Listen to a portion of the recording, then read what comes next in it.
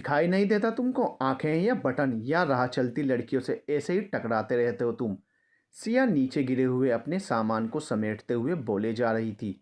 Madam, एक तो मैं आपके सामान समेटने में मदद कर रहा हूँ और आप हैं कि मुझे ही सुनाई जा रही हैं। ये तो हद है। वो उससे बहस करते हुए बोला। तो देख के चलना था ना तुमको, सारा सामान गिरा दिया मेरा। वो लड़की उसकी तरफ आंखें निकालते हुए बोली। मैंने गिरा दिया या आप खुद आकर टकराई हैं मुझसे? और इतना सारा सामान संभाल नहीं सकती तो लाने की ज़रूरत क्या थी? वो जवाब देते हुए बोला। वाह, नहीं नहीं, वाह बहुत अच्छे, एक तो मेरा सामान गिरा दिया, ऊपर से बहस भी करे जा रहे हो। अच्छे से जानती हूँ तुम जैसे लड़कों को। खूबसूरत लड़की देखी नहीं कि हो गए शुरू। वाट यू मीन, तुम जैसे लड़कों को? मुझे क्या ऐसा वैसा समझ रखा है तुमने? वरुण नाम है मेरा, और तुम जैसी 50 लड़कियों के नंबर तो मैं अपनी जेब में लेके घूमता हूँ, समझी? तो उन्हीं से जाकर टकराओ ना, क्यों मेरा टाइम वेस्ट कर रहे हो? बोलती हुई वो पैर पटकती हुई आगे बढ़ गई, एक हाथ में लगेज और एक हाथ में हैंडबैग और टेडी बियर लिए। सिया अपनी बस का नंबर खोजने में लगी थी। कुछ देर ढूंढने के बाद उसे वो बस दिखाई दे गई। अंदर पहुंचकर उसने अपना लगेज ऊपर रेक में रखा, अपनी सीट पर अपने टेडी बियर को लेकर बैठ गई। उसने बस में इधर उधर निगाह दौड़ाई। बस अभी काफ़ी खाली थी, एक दो लोग ही उसमें बैठे हुए थे। वो इत्मीनान से बैठ गई, पर उसे चैन कहाँ था। पहली बार अकेले बाहर जा रही थी तो थोड़ी नर्वस, या कहूँ थोड़ी ज़्यादा ही नर्वस थी। वो पिछले कुछ दिनों में घटी घटनाओं को याद करने लगी। कैसे उसकी ज़िंदगी में पिछले कुछ दिनों में काफ़ी कुछ हो रहा था, और ये सब तब से शुरू हुआ जब उसके लिए रिश्ता आया। मुझे अभी शादी नहीं करनी है मम्मी, उसने साफ बोल दिया। क्या मतलब है शादी नहीं करनी? सारी ज़िंदगी हमारे सर पर बैठी रहोगी का? माँ झुंझलाते हुए बोली। हाँ, यहीं रहूँगी बस, मुझे नहीं करनी शादी वादी अभी। अभी का क्या मतलब है? 27 साल की हो चुकी हो और कब करोगी शादी? वैसे भी अच्छे लड़के रोज़ कहाँ मिलते हैं? लड़के का फ़ोटो रखा है इधर, देख लो। हमें और पूरी फैमिली को पसंद है, तुमको शादी के लिए हाँ करनी ही है, समझी? बहुत हो गई तुम्हारी मनमानियाँ, अब और घर बिठा के नहीं रख सकते तुमको, समझी? माँ ने एकटक कह दिया। जब आप लोगों ने सब तय कर ही लिया है तो मैं क्या देखूं फिर? करो जो करना है, मेरी चल कहाँ रही है? सिया गुस्से से भड़कते हुए बोली। तुमको शादी नहीं करनी है क्या? पापा ने उसकी तरफ सवाल भरी निगाहों से देखा। करनी है, लेकिन मुझे अपनी ज़िंदगी भी जीनी है। ऐसे एकदम से शादी का फैसला कैसे कर लूँ?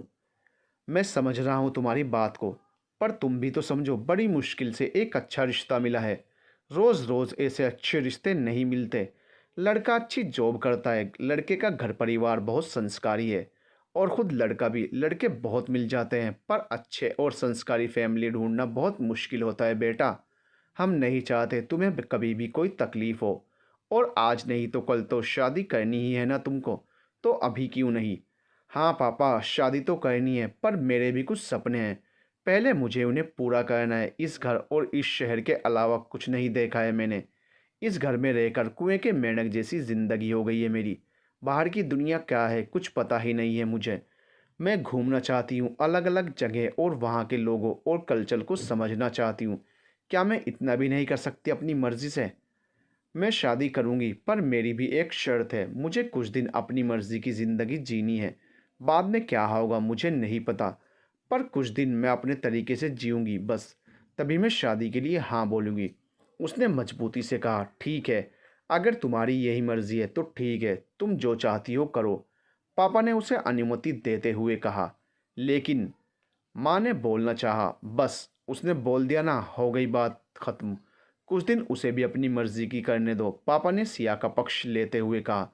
अच्छा ये तो बताओ तुम चाहती क्या हो? मैं घूमना चाहती हूँ, इस खूबसूरत दुनिया को देखना चाहती हूँ, बस यही सपना है मेरा। बोलते हुए उसकी आंखों में चमक बिखर गई। मैंने तो अब तक इस शहर के अलावा कुछ भी नहीं देखा है। बाहर की दुनिया क्या है, कैसी है, कुछ पता नहीं है मुझे। मैं अलग अलग जगह घूमना चाहती हूँ पापा। ठीक है, मैं तुम्हारे घूमने का इंतज़ाम करा देता हूँ। मेरे एक दोस्त का टूर एंड ट्रेवल्स का काम है, उसके पास कई सारे टूर प्लान्स हैं। जो तुम चाहती हो या तुम जहाँ जाना चाहती हो घूम आओ। उसे बोलकर तुम्हारे घूमने की व्यवस्था कर देता हूँ, और किसी को साथ भेजने का भी इंतज़ाम कर देता हूँ। पापा ने उसकी खुशी देखते हुए कहा। साथ? फिर क्या मतलब, मुझे अकेले जाना है? वैसे भी टूर है तो मैं कहीं खो थोड़ी जाऊंगी। बस में बैठना है और घूमना है, उसमें क्या किसी को साथ ले जाऊं मैं? तो क्या अकेले जाओगी? ये तो गलत बात है। गलत बात कैसे? आपने अभी बोला ना, जैसे चाहूँ वैसे रह सकती हूँ कुछ दिन। तो फिर अब ये नया नुकुर क्यों? अच्छा ठीक है, अगर तुम्हारी यही ज़िद है तो तुम अकेले ही जाओ, लेकिन अपना ध्यान रखना और कुछ भी परेशानी हो तो फ़ोन कर देना। मैं तुरंत वहीं पहुंच जाऊंगा, समझी? हाँ हाँ, समझ गई। अगले ही दिन पापा ने सिया के बताए अनुसार अपने दोस्त को फ़ोन करके टूर की एक टिकट बुक करा दी। अरे, बहुत ही खूंखार लड़की थी यार, मैं उससे गलती से ज़रा सा टकरा के आ गया। इसी बात पर मुझे लंबा सा भाषण सुना दिया उसने। एक आवाज़ सिया के कानों में गूंजी तो सिया अतीत से वापस वर्तमान में आ गई। एक लड़का फ़ोन पर बात करते हुए उसी बस में चढ़ रहा था जिसमें सिया बैठी थी। ये वही लड़का था जो सिया से टकरा गया था और उसका सब सामान बिखेर दिया था। उसे देखकर सिया अपने मन में सोचने लगी, कितना बदतमीज़ लड़का है यह। एक तो मेरा सामान गिरा दिया, ऊपर से अपने दोस्त को फ़ोन करके मेरी बुराई भी कर रहा है। अरे कुछ मत पूछ यार, जिस सफ़र की शुरुआत ही ऐसे हो रही है, आगे पता नहीं क्या होगा। बोलते हुए वो अपना सीट नंबर ढूंढने लगा। अरे ऐसी लड़कियों को मैं अच्छे से, बोलते हुए उसकी नज़र सिया की तरफ गई जो उसे खा जाने वाली नज़रों से घूर रही थी। अमित, मैं तुझे बाद में कॉल करता हूँ। सिया को अपनी तरफ घूरते हुए देखकर उसने जल्दबाजी में कॉल कट कर दिया। सीट नंबर देखते हुए वो सिया की सीट के पास आकर रुक गया। मैडम ज़रा साइड होइए, यहाँ साइड में मेरी भी सीट है। सिया की तरफ देखते हुए बोला। हाँ तो मैं क्या तुम्हारी सीट पर बैठी हूँ? अब क्या अपनी सीट भी छोड़ दूँ तुम्हारे लिए? सिया उसकी तरफ आंखें निकालते हुए बोली।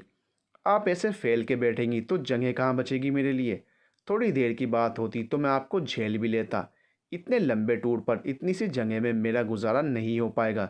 चलिए उधर खिसकिए। बड़े बदतमीज़ किस्म के इंसान हैं आप। आपको दिखाई नहीं देता मैं सिर्फ अपनी जगह में बैठी हूँ और यहाँ से ज़रा भी नहीं हटूँगी। और आप होते कौन हो मुझसे इस तरह से बात करने वाले? मैं वही होता हूँ जिसको आप ज़रा सी बात के लिए 50 बातें सुना के आई थी अभी नीचे। दोनों में दोबारा से बहस होने लगी। दोनों को झगड़ते देखकर ट्रेवल एजेंट भी उधर ही आ गया। अरे आप दोनों क्यों बेकार में झगड़ा कर रहे हैं? अपनी अपनी जगह पर बैठ जाइए और बात को ख़त्म कीजिए। हमें निकलना भी है, देर हो रही है। घड़ी पर नज़र डालते हुए ट्रेवल एजेंट ने दोनों को समझाया। इतने सुनते ही सिया थोड़ी सी खिसक गई और हाथ में लिया हुआ टेडी बियर सीट के बीच में आड़ा रख दिया। लीजिए भाई साहब, मैडम खिसक गई हैं, अब तो बैठ जाइए शांति से। बोलते हुए ट्रेवल एजेंट आगे बढ़ गया। खुद को भी सीट चाहिए, साथ में टेडी बियर महाराज भी बैठेंगे। क्या मुसीबत है यार? बड़बड़ाते हुए वो सिया की साइड वाली सीट पर बैठ गया। मेरा टेडी, मेरी सीट, तुम कौन होते हो बोलने वाले? उसे बड़बड़ाते देखकर सिया दोबारा से उसी ओर खिसकते हुए बोली। देखो मैडम, जैसे आप मेरी ओर सरकती आ रही हैं ना, इससे तो मेरा तो कुछ नहीं बिगड़ेगा, पर आपका टेडी बियर बेचारा मरेगा, क्योंकि मैं तो अपनी जगह से हटने वाला हूँ नहीं अब। अपने टेडी की हालत देखकर सिया वापस अपनी जगह पर खिसक गई। बस अलीगढ़ से आगरा की ओर चल पड़ी। हेलो दोस्तों, मैं हूं आपका ट्रैवल एजेंट कबीर शर्मा। आपके घूमने फिरने की सारी व्यवस्था और जानकारियां मैं ही आपको उपलब्ध करवाऊंगा। आपके डेली के शेड्यूल आपको सुबह ही बता दिए जाएंगे। हम कहां कहां घूमेंगे, कहां कितनी देर रुकेंगे, ये सब आपको सुबह ही फ़ोन पर मैसेज भेजकर बता दिया जाएगा। रात को हम होटल में रुका करेंगे जहां आपके लिए रूम्स पहले से बुक होंगे।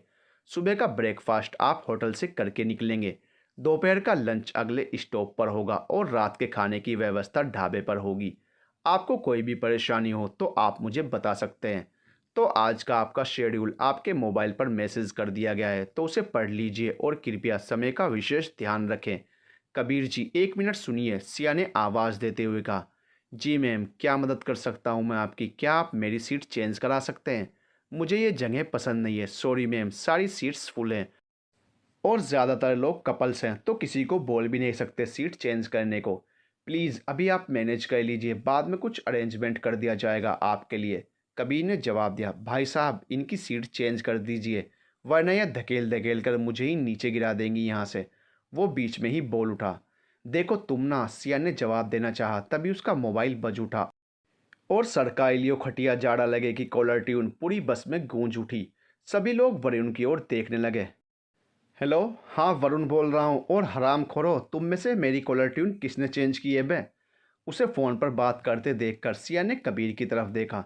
मैं आपकी प्रॉब्लम समझ रहा हूँ, थोड़ा वेट कीजिए, मैं करता हूँ कुछ, बोलकर कबीर चला गया। कैसे कैसे लोग हैं इस दुनिया में, शर्म नाम की चीज़ ही नहीं है। बड़बड़ाते हुए सिया अपनी सीट पर बैठ गई। 4 घंटे के सफ़र के बाद बस आगरा जाकर रुक गई। शेड्यूल के अनुसार पहले लाल किला, ताजमहल और फतेहपुर सीकरी घूमा गया। कबीर उनको एक एक जगह की बारीकियों को अच्छे से समझा रहा था। सिया ताजमहल की एक एक दीवार की नक्काशी को बड़े गौर से देख रही थी। यहाँ भी टेढ़ी रख के कब्जा करने का इरादा है क्या, बोलता हुआ वरुण उसके पास से गुजर गया।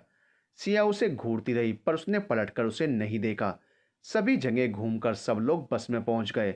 सिया ने देखा वरुण एक बड़ा सा ताजमहल का मिनिएचर लिए आ रहा था।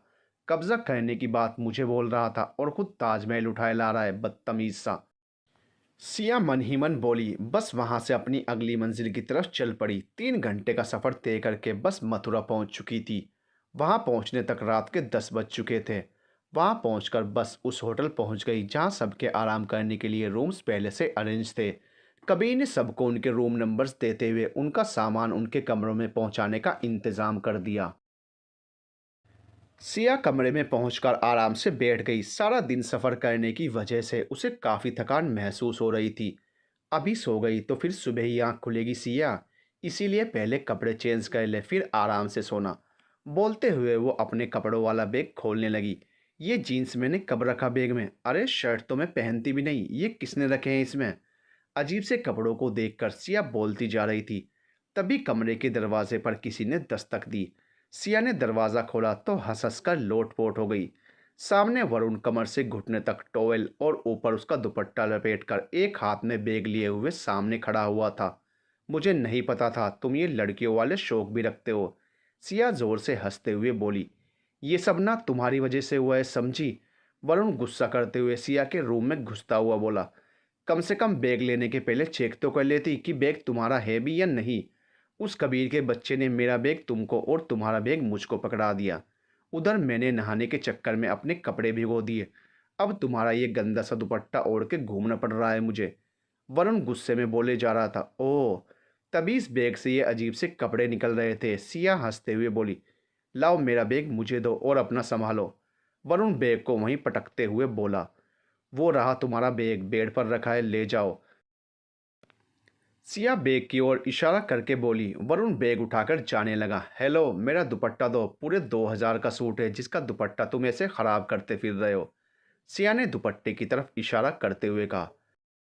दिमाग ख़राब है क्या तुम्हारा, वस्त हरण करना चाहती हो क्या मेरा, नीयत तो तुम्हारी शुरू से ही ठीक नहीं लग रही थी मुझे, वरुण दुपट्टे को खुद से चिपकाते हुए बोला। पागल हो क्या तुम, मुझे कोई इंटरेस्ट नहीं है तुम में, मुझे बस अपने दुपट्टे की फिक्र है, समझे। वैसे भी तुमने इसे गीला कर दिया है, क्या किया इससे, सिया उसकी तरफ आंखें निकालते हुए बोली। वो नहाने के बाद कोई कपड़े नहीं थे और तुम्हारे सारे कपड़े छोटे छोटे से थे, तो यही मिला मुझे अपनी इज्जत बचाने के लिए, और तुमसे अपना बैग भी लेना था। अब मेरी मासूमियत का फ़ायदा उठाने की कोशिश मत करो तुम, वरुण बैग ले जाते हुए बोला। खबरदार, जो मेरा दुपट्टा लेकर गए यहाँ से, मैं कहाँ ढूंढती फिरूंगी तुमको। अजीब लड़की हो, तुमको हालात नहीं दिखाई दे रही मेरी, कुछ नहीं पहन रखा है मैंने, यही दुपट्टा सहारा है मेरा। तुम्हें अपने कपड़े मिल गए ना, इनको पहनो और मेरा दुपट्टा वापस करो अभी के अभी। लगता है तुम ऐसे नहीं मानोगी, अभी यहीं कपड़े चेंज करके जाऊंगा और तुम यहीं खड़ी होकर देखना कौरवों की तरह। तुमने तो मुझे पांचाली बना दिया है ना, बोलते हुए वरुण दुपट्टे को हटाने लगा। छी छी, अपने कपड़े ले जाओ, बैग भी ले जाओ और ये दुपट्टा भी ले जाओ, वैसे भी तुमने गंदा कर दिया है इसको, और निकलो अभी के अभी मेरे रूम से, सिया आंखों को हाथों से छुपाते हुए बोली। पक्का ना, नहीं चाहिए दुपट्टा, चाहिए हो तो अभी देता हूँ निकाल के, बोला ना नहीं चाहिए, अब जाओ यहाँ से। पर तुम्हारे 2000 के सूट का क्या होगा, मैं देख लूँगी सब, तुम जाओ यहाँ से। ठीक है, ओके, बोलता हुआ वरुण ने अपना बैग उठाया और सिया के रूम से निकलकर अपने रूम की तरफ चला गया। उसके जाने के बाद सिया ने चैन की सांस ली। कपड़े चेंज करके खाना रूम में ही मंगा लिया। सिया खाना खाकर सोने ही वाली थी कि तभी उसका मोबाइल बज उठा। हेलो पापा, हाँ मैं ठीक हूँ, आप कैसे हैं जी, और बस का स्टाफ भी बहुत अच्छा है, इनके सब अरेंजमेंट्स बहुत अच्छे हैं, आप ज़रा भी परेशान मत होइए, मैं अपना अच्छे से ध्यान रखूँगी पापा, गुड नाइट पापा, बोलते हुए सिया पूरे दिन के बारे में सोचते हुए सो गई। अगले दिन सुबह सिया की नींद जल्दी ही उड़ गई। जल्दी से तैयार होकर वह अपने टेडी बियर के साथ बस में पहुंच गई। बाकी सब लोग भी तब तक आ चुके थे। कुछ देर में वरुण भी अपनी जगह पर आकर बैठ गया। तभी कबीर ने सबका ध्यान अपनी ओर आकर्षित करते हुए कहा, तो देवियों और सज्जनों, आज हम सबसे पहले मथुरा के मंदिरों के दर्शन करेंगे और उसके तुरंत बाद ही जयपुर के लिए रवाना हो जाएंगे। जयपुर के सफ़र 4-5 घंटे का है, तो मथुरा से निकलने के पहले ही आप लोग अच्छे से अपनी पेट पूजा कर लें, वरना रास्ते भर कुछ भी खाने को नहीं मिलेगा। तो आप लोग समझ गए। सभी ने हाँ में अपना सर हिला दिया। मथुरा के मंदिरों और भागवत भवन के दर्शन करने के बाद सिया बाजार की तरफ निकल पड़ी। उसने अपने लिए एक खूबसूरत सा कान्हा जी का लॉकेट खरीद लिया। मंदिरों के दर्शन करने में ही काफ़ी समय बीत चुका था। दर्शन करने के बाद सभी लोग बस से होटल पहुंच गए, जहां सभी ने खाना खाया और कुछ देर आराम किया। सिया ने वहीं से 4-5 चिप्स के पैकेट, कोल्ड ड्रिंक और पानी की बोतल भी ले ली। लगभग 2 बजे के आसपास बस मथुरा से जयपुर के लिए निकल पड़ी।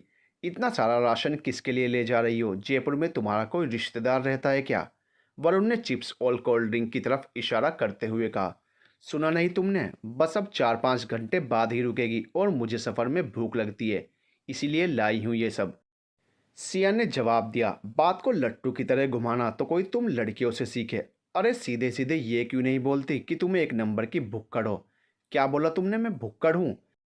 सिया ने गुस्से से वरुण को घूरते हुए कहा, और नहीं तो क्या, इतना सारा राशन लेकर जाता है क्या कोई, वह भी सिर्फ 4-5 घंटे के लिए। चुप करो तुम, मेरे पैसे, मेरा खाना और मैं ही खाऊंगी। तुम होते कौन हो मुझे ये सब बोलने वाले? मैं होता हूँ इस देश का जिम्मेदार नागरिक, क्योंकि अगर तुम जैसे लोग ऐसे ही खाते रहे ना, तो मुझ जैसे गरीब लोगों के लिए कुछ नहीं बचने वाला। वरुण सिया को चिढ़ाते हुए बोला, और वैसे भी कल रात को जो कुछ भी तुमने मेरे साथ किया है ना, उसे तो मैं अपनी ज़िंदगी में कभी नहीं भूल पाऊंगा। मैंने क्या किया तुम्हारे साथ? उल्टा तुम ही ने मेरा दुपट्टा ख़राब किया है, समझे? सिया वरुण से बहस करते हुए तेज़ आवाज़ में बोली, धीरे बोलो वरना सभी लोगों को तुम्हारी करतूतों का पता चल जाएगा। वरुण उसे चुप कराते हुए बोला, तो तुम भी मुझसे बहस मत करो, समझे? इतनी अच्छी हॉरर स्टोरी आई है पॉकेट एफएम पर, सुनने दो, मुझे डिस्टर्ब मत करो। बोलते हुए सिया अपना मोबाइल निकालकर स्टोरी सुनने लगी। जयपुर पहुंचते पहुंचते शाम के 7 बज चुके थे। गुलाबी शहर रात की रोशनी में भी अपनी गुलाबी रोशनी बिखेर रहा था। सिया ने खिड़की से बाहर देखा तो बाहर के नज़ारों में खोसी गई। रात 8 बजे तक बस होटल पहुंच गई। ओ कबीर भाई, आज बैग मत चेंज कर देना यार, कल रात मुझ पे क्या गुजरी है तू नहीं समझ पाएगा, इसीलिए आज ध्यान रखना प्लीज़। बस से उतरते हुए वरुण सिया की तरफ देखते हुए बोला।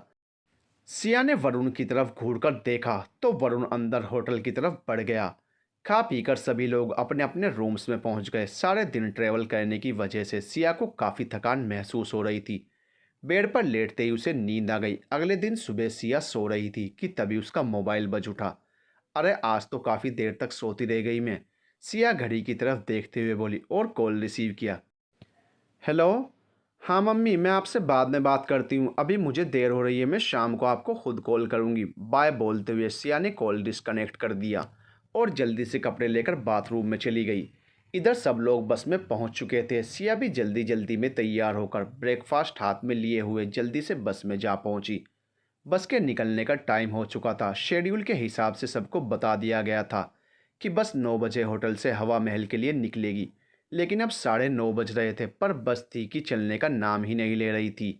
सिया बस में बैठी बैठी बोर हो रही थी। कबीर जी क्या हुआ, इतनी देर क्यों हो रही है बस चलने में? सिया ने कबीर की तरफ सवाल करते हुए कहा। अरे मैम, वह वरुण जी अभी तक नहीं आए हैं, कितनी देर से उनको कॉल ट्राई कर रहा हूँ, कॉल भी नहीं उठा रहे हैं, उनको छोड़ के कैसे जा सकते हैं? कबीर ने अपनी समस्या बताते हुए कहा।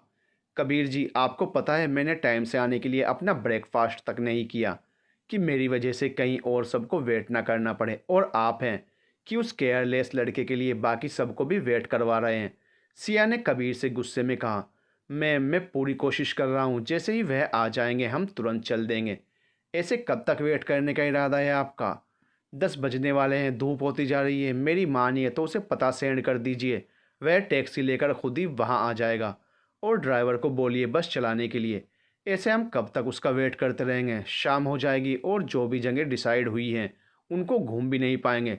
इसीलिए चलिए, आप ठीक कह रही हैं, मैं मैसेज करके पता सेंड कर देता हूँ, और ड्राइवर को बोलता हूँ चलने के लिए। बोलकर कबीर ड्राइवर के पास चला गया। कुछ ही देर में बस स्टार्ट कर चलने लगी।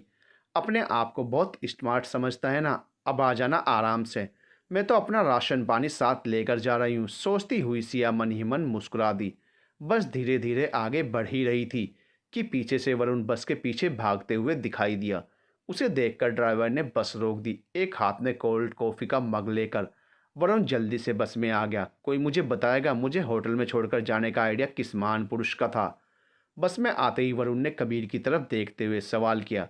कबीर की निगाहें सिया की ओर जा टिकी। कबीर को अपनी ओर देखते हुए सिया ने नज़र घुमा ली। वरुण ये सब देखकर सारा मामला समझ गया। ओहो, तो वह महान पुरुष नहीं स्त्री थी। बोलते हुए वह सिया की तरफ घूरने लगा। जब पैसेंजर्स इतनी देर करेंगे तो बस तो जाएगी ही ना, सारा दिन यहीं थोड़े ही ना रुकी रहेगी। सिया ने हिचकिचाते हुए कहा। तो आप कौन होती हैं ये डिसाइड करने वाली कि मुझे होटल में ही छोड़ दिया जाए? वरुण ने गुस्से से आवाज़ तेज़ करते हुए कहा। तो तुम्हें भी ध्यान रखना चाहिए ना कि तुम्हारी वजह से औरों को कोई तकलीफ ना हो। सिया भी गुस्से में बोल पड़ी। औरों को नहीं, तुम्हें मिस सिया, शायद तुम्हें ज़्यादा तकलीफ होती है मेरे यहाँ होने से, समझी? वरुण गुस्से से बोले जा रहा था। पहले तो अपने बोलने का तरीका ठीक कीजिए मिस्टर वरुण, आपको लड़कियों से बात करने की भी तमीज़ नहीं है, समझे आप? सिया गुस्से में आंखें लाल करते हुए बोली। प्लीज़ आप दोनों शांत हो जाइए, इस तरह झगड़ने से कुछ हासिल नहीं होगा, प्लीज़। कबीर ने वरुण और सिया दोनों को शांत कराते हुए कहा। सिया अपनी बुक खोलकर पढ़ने लगी। वरुण अपना हेडफोन लगाकर म्यूजिक सुनने लगा। थोड़ी देर बाद बस हवा महल पहुंच गई। हवा महल घूमते हुए सिया बस में हुए वाक्य के बारे में सोच रही थी। बहुत ही बदतमीज़ लड़का है, मुझे इतना मुंह नहीं लगाना चाहिए। अब तो मैं इससे ज़रा सी भी बात नहीं करूँगी। अमीर ज़्यादा होगा अपने घर का, इसकी हिम्मत कैसे हुई मुझसे ऊंची आवाज़ में ऐसे बात करने की? ऐसे तो कभी किसी ने मुझसे इस तरीके से बात नहीं की। तुझे भी तो ऐसा नहीं करना था सिया। वह बेचारा होटल में ही रह जाता तो यहाँ घूम भी नहीं पाता।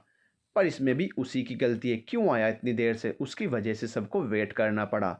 सिया अपने मन में सोच ही रही थी, तभी हवा महल के झरोखे से आते हुए एक ताज़ा हवा के झोंके से सिया का ध्यान अपनी ओर खींच लिया। सिया हवा महल की खिड़कियों से जयपुर शहर का नज़ारा देखने लगी। करीने से बसा हुआ शहर जिसमें जगह जगह गुलाबी रंग बिखरा हुआ था। हवा महल की सैर करने के बाद सभी ने जल महल घूमा।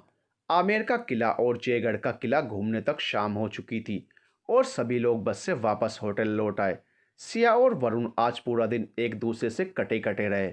वह दोनों एक दूसरे का चेहरा भी नहीं देखना चाहते थे। बस में साथ बैठना भी दोनों की मजबूरी थी। होटल लौटकर सिया अपने कमरे में जाकर आराम करने लगी। खाना खा चुकने के बाद उसे याद आया कि सुबह मम्मी का कॉल आया था। उसने घर कॉल करके कुछ देर बात की। सुबह की बातों को लेकर उसका मन थोड़ा भारी सा हो रहा था। तू यहाँ सिर्फ इंजॉय करने आई है सिया? सोचा था कुछ दिन तो अपने हिसाब से अपनी खुशी से बिताऊंगी, लेकिन लगता नहीं है कि ऐसा हो पाएगा। खासकर कि जब तक वह वरुण यहाँ पर है, उसे तो बस मुझसे झगड़ा करने का बहाना चाहिए होता है। इस दुनिया में पता नहीं कहीं चैन है भी या नहीं। यही सब सोचते हुए पता नहीं कब सिया की आंख लग गई। सिया अलार्म लगाकर सोई थी। ठीक 7 बजे अलार्म बज उठा और सिया भी जगकर बैठ गई। उसका उठने का जरा भी मन नहीं था। अभी भी उसकी आंखों में नींद भरी हुई थी, लेकिन वह लेट नहीं होना चाहती थी, इसीलिए बेमन से उठकर तैयार होने चली गई। ब्रेकफास्ट करके बस के अंदर पहुंची तो देखा वरुण आज पहले से ही वहां मौजूद था। सिया को देखते ही मुंह बनाते हुए एक साइड हो गया। सिया भी चुपचाप अपनी सीट पर जाकर बैठ गई। आज ये कबीर कौन सी बोरिंग जगह पर ले जाने वाला है? बोलते हुए वरुण ने अपना मोबाइल निकाला और सुबह का शेड्यूल मैसेज पढ़ने लगा। वाह यार, आज तो भानगढ़ जाने वाले हैं, बहुत मज़ा आएगा उधर तो। बोलते हुए वरुण ने हेडफोन लगाकर म्यूज़िक सुनना शुरू कर दिया। भानगढ़, ये तो भूतिया जगह है। वैसे तो मुझे हॉरर स्टोरीज बहुत पसंद है, पर हॉरर जगह जाने के नाम से ही मुझे डर लग रहा है। भानगढ़ का नाम सुनते ही सिया मन में सोचने लगी। करीब 6 घंटे के बाद बस भानगढ़ के किले के पास पहुंच चुकी थी। सिया का तो डर के मारे बुरा हाल हो रहा था। वह तो अंदर जाना भी नहीं चाहती थी। सभी लोग बस से उतरकर जा चुके थे, लेकिन सिया अभी तक बस में ही बैठी थी। तभी कबीर अंदर आ गया। क्या हुआ मैम, आप नहीं जाएंगी घूमने? कबीर ने सिया से सवाल करते हुए कहा। वो कबीर जी, बोलते हुए सिया हिचकिचाने लगी। कहीं ऐसा तो नहीं आपको डर लगता है? देखिए आप घबराइए नहीं, आप मेरे और बाकी सब लोगों के साथ ही रहिएगा और वैसे भी अभी तो दिन का उजाला है, ऐसे में यहाँ डरने की कोई बात नहीं है, आइए। बोलते हुए कबीर सिया को बाहर ले आया। सिया भी डरते सहमते हुए बाहर आ गई। वरुण सिया के चेहरे को देखकर उसकी हालत को भांप गया।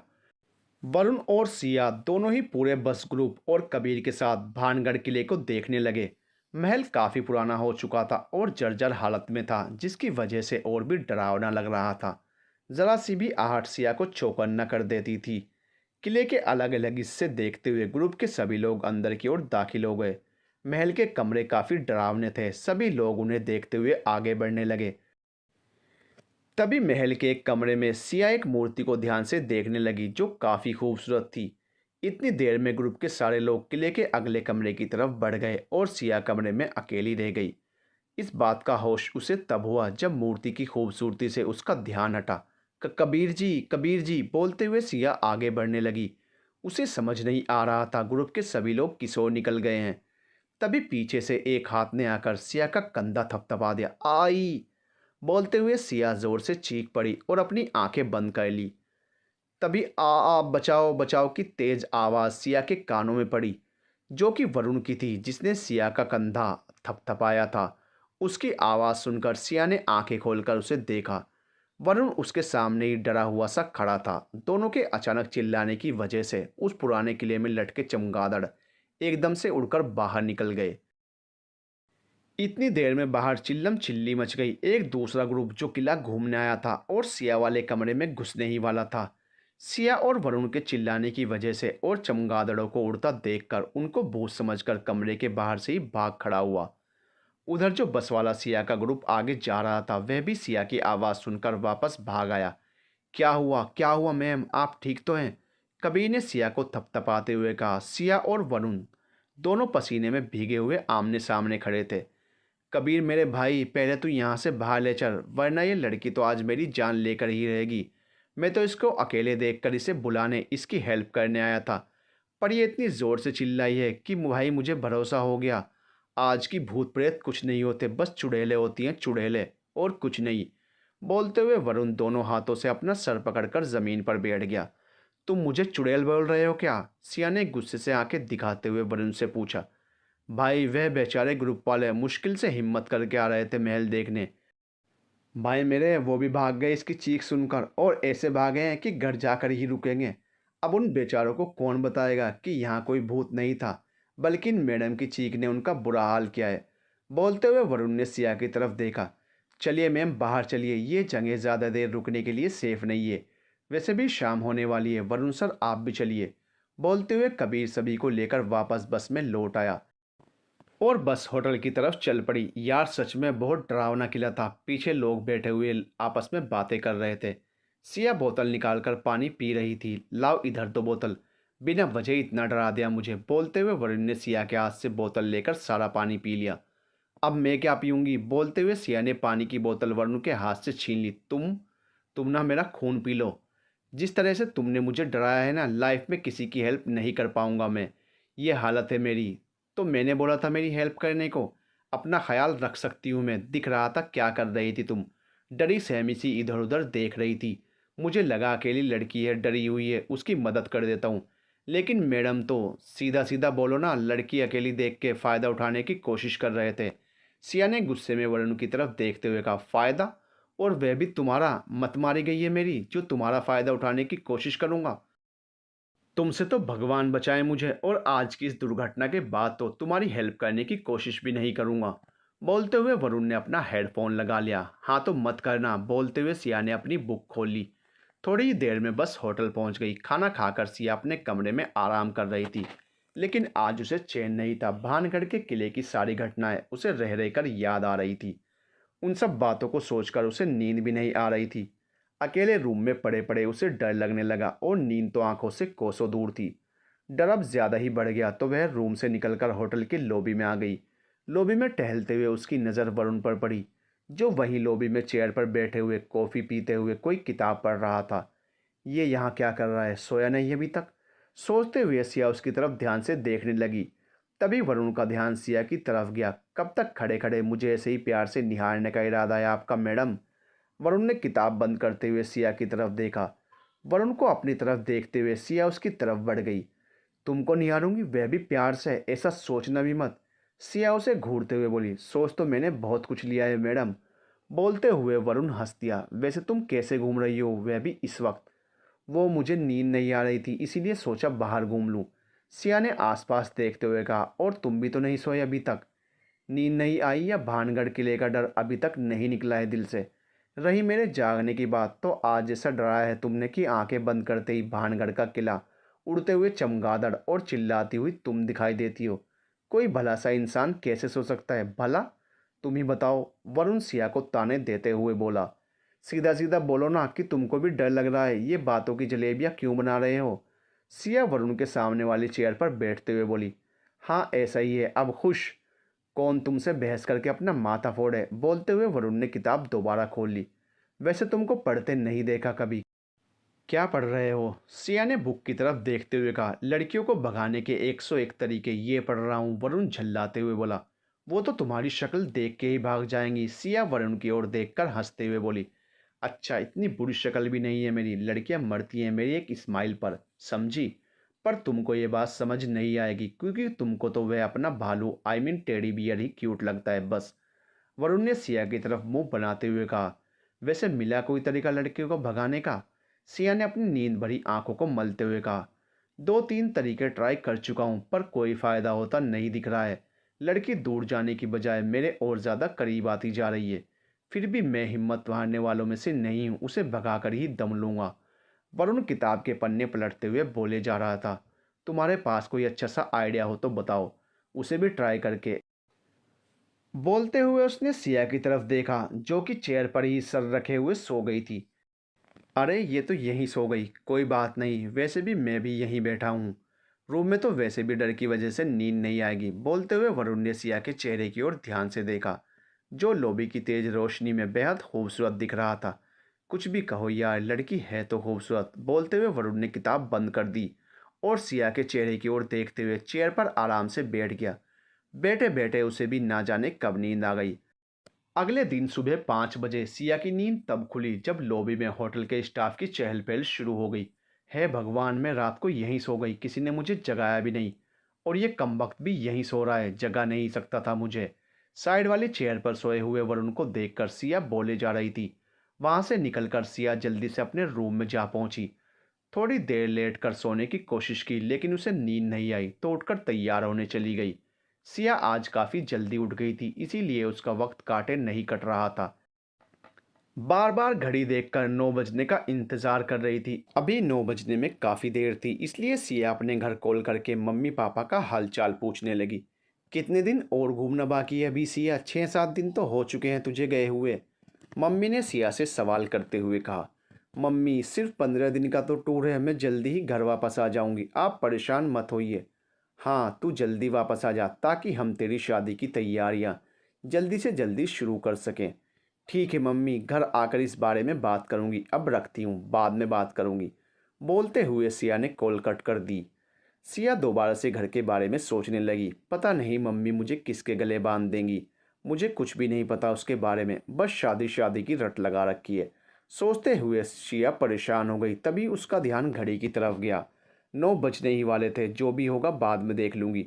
अभी तो मैं बस इस सफ़र को एंजॉय करना चाहती हूँ। बोलते हुए सिया टेढ़ी और बैग को उठा चल पड़ी।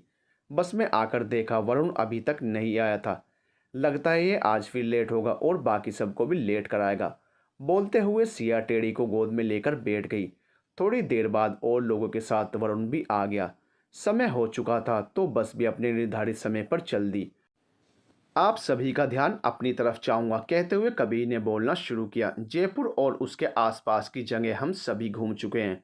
अब हम उदयपुर की तरफ बढ़ रहे हैं। यहाँ से उदयपुर जाने में करीब 5 से 6 घंटे का समय लगेगा और वहाँ पहुँचते हुए हमें शाम हो जाएगी। तो आज तो घूमना संभव नहीं हो पाएगा, लेकिन कल का पूरा दिन हम लोग घूमने में ही बिताएंगे।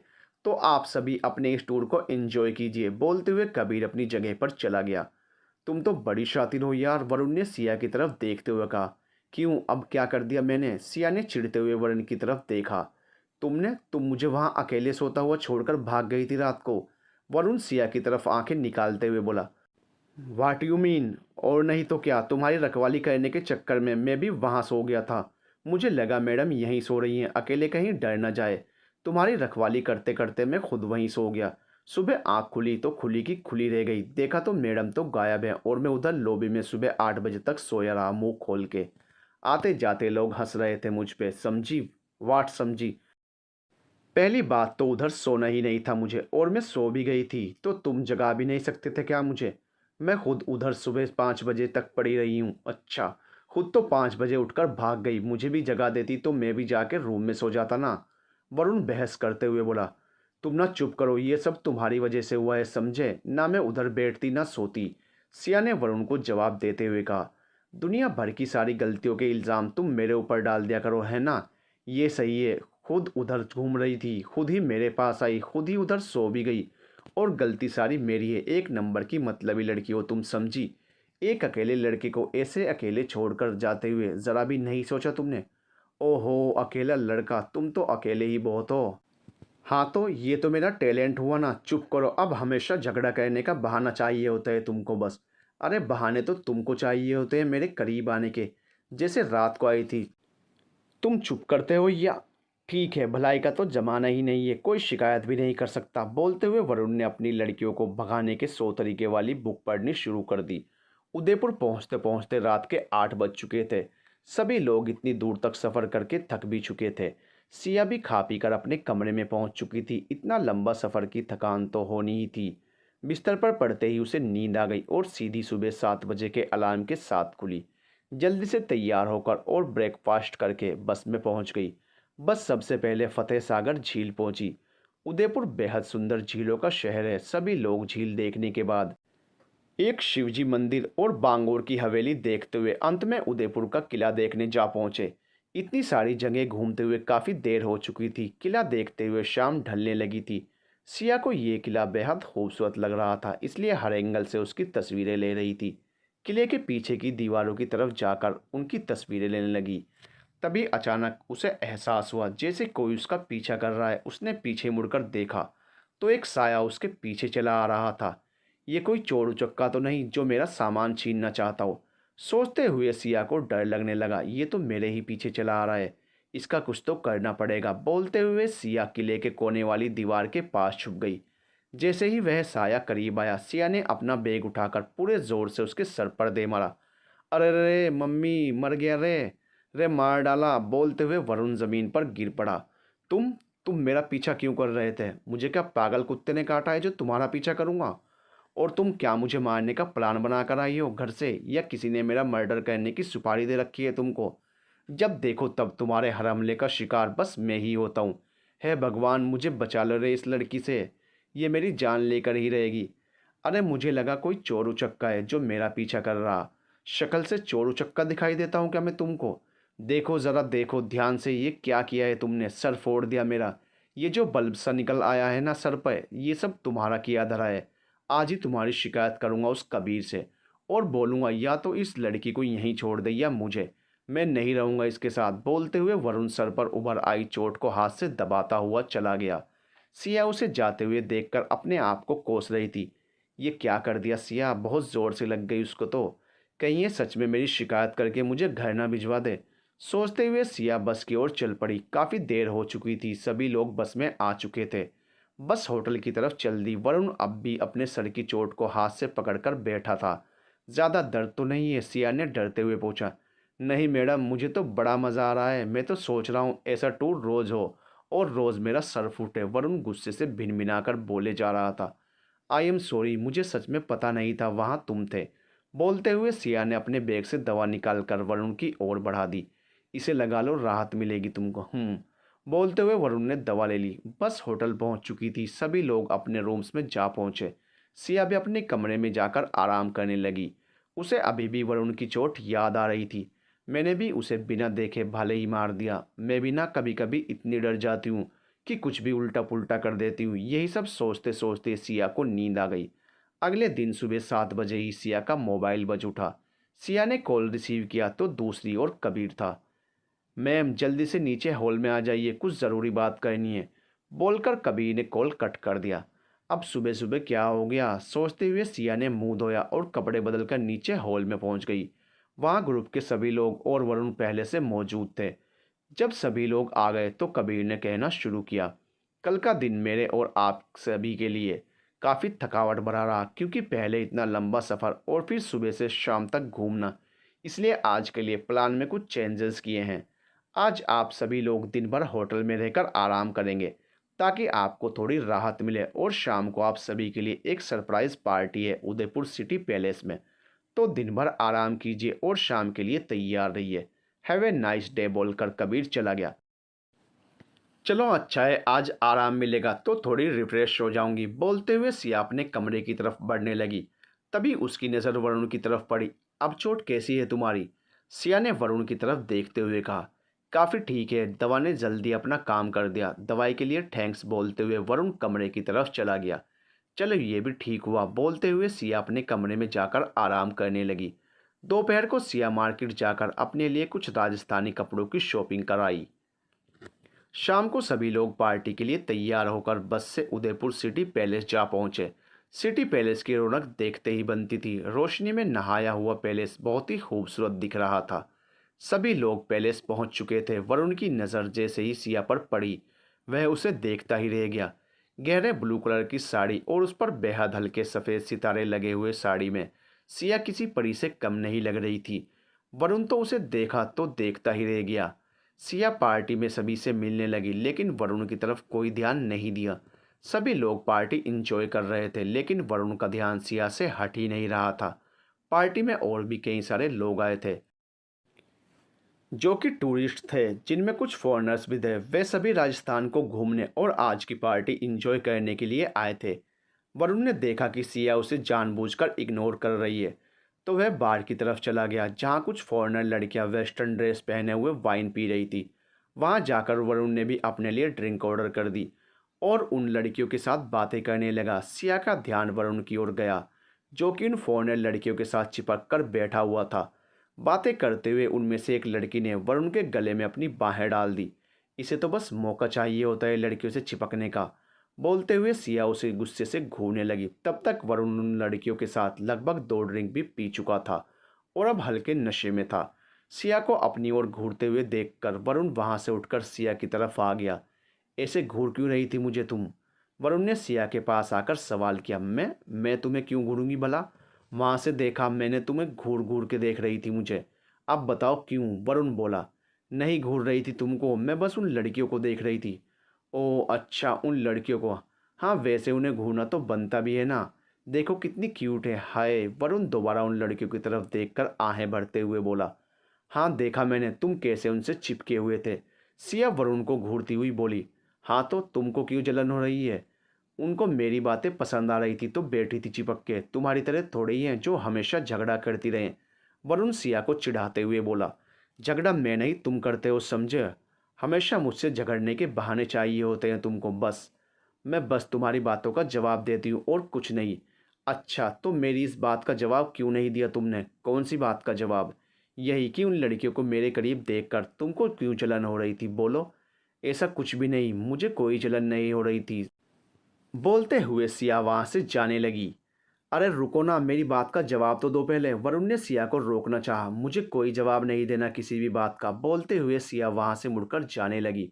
रुको तो सिया, बोलते हुए वरुण ने सिया का हाथ पकड़ना चाहा, लेकिन हुआ कुछ और ही जो किसी ने सोचा भी नहीं था। रुको तो सिया, बोलते हुए वरुण ने सिया का हाथ पकड़ना चाहा, लेकिन हाथ की बजाय सिया की साड़ी का पल्लू वरुण के हाथ में आ गया और सिया के मुड़कर जाने की वजह से साड़ी में लगी पिन को तोड़ता हुआ नीचे गिर गया। अचानक हुए इस वाक़ये से सिया और वरुण दोनों सन्न रह गए।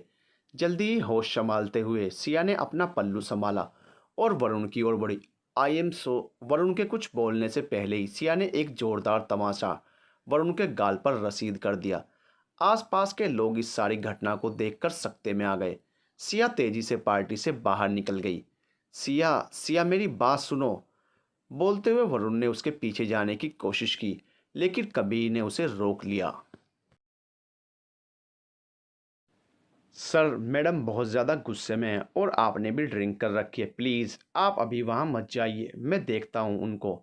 आप ध्यान रखिए अपना, बोलते हुए कबीर सिया के पीछे बाहर की तरफ चला आया। सिटी पैलेस के बाहर सिया सड़क के पास ही खड़ी थी। उसकी आंखें गुस्से और आंसुओं की वजह से लाल हो गई थी। मैम, आप ठीक तो है ना? कबीर जी, आप मेरे लिए एक टैक्सी मंगा देंगे क्या? मुझे वापस होटल जाना है, अभी के अभी। जी मैम, कुछ ही देर में टैक्सी आ जाएगी, बोलते हुए कबीर ने कॉल करके टैक्सी बुलवा ली। सिया टैक्सी लेकर वापस होटल लौट आई और अपने कमरे में पहुंच गई। लेकिन उसका गुस्सा अभी तक कम नहीं हुआ था। ना चाहते हुए भी उसकी आंखें बार बार आंसुओं से भीग रही थी। उसे वरुण से ऐसी उम्मीद नहीं थी। उसने कभी सोचा भी नहीं था कि ऐसा कुछ हो जाएगा। तूने यहाँ आकर गलती कर दी सिया। ये दुनिया, ये लोग शायद उतने भी अच्छे नहीं हैं जितना तू समझती है। यही सब बातें सिया के दिमाग में घूम रही थी। आज सिया खुद को काफ़ी अकेला महसूस कर रही थी। उसके दिमाग में बार बार पार्टी में हुआ वाकया घूम रहा था। ऐसे ही काफ़ी देर तक रोते हुए उसे ना जाने कब नींद आ गई। सुबह उसकी नींद तब खुली जब किसी ने कमरे का दरवाज़ा खटखटाया। सिया ने दरवाज़ा खोला तो सामने वरुण खड़ा था। उसे देखकर सिया को रात की सारी घटना फिर से याद आ गई। उसने दरवाज़ा बंद करना चाहा, तभी वरुण बोल पड़ा, सिया 1 मिनट प्लीज़, चले जाओ यहाँ से।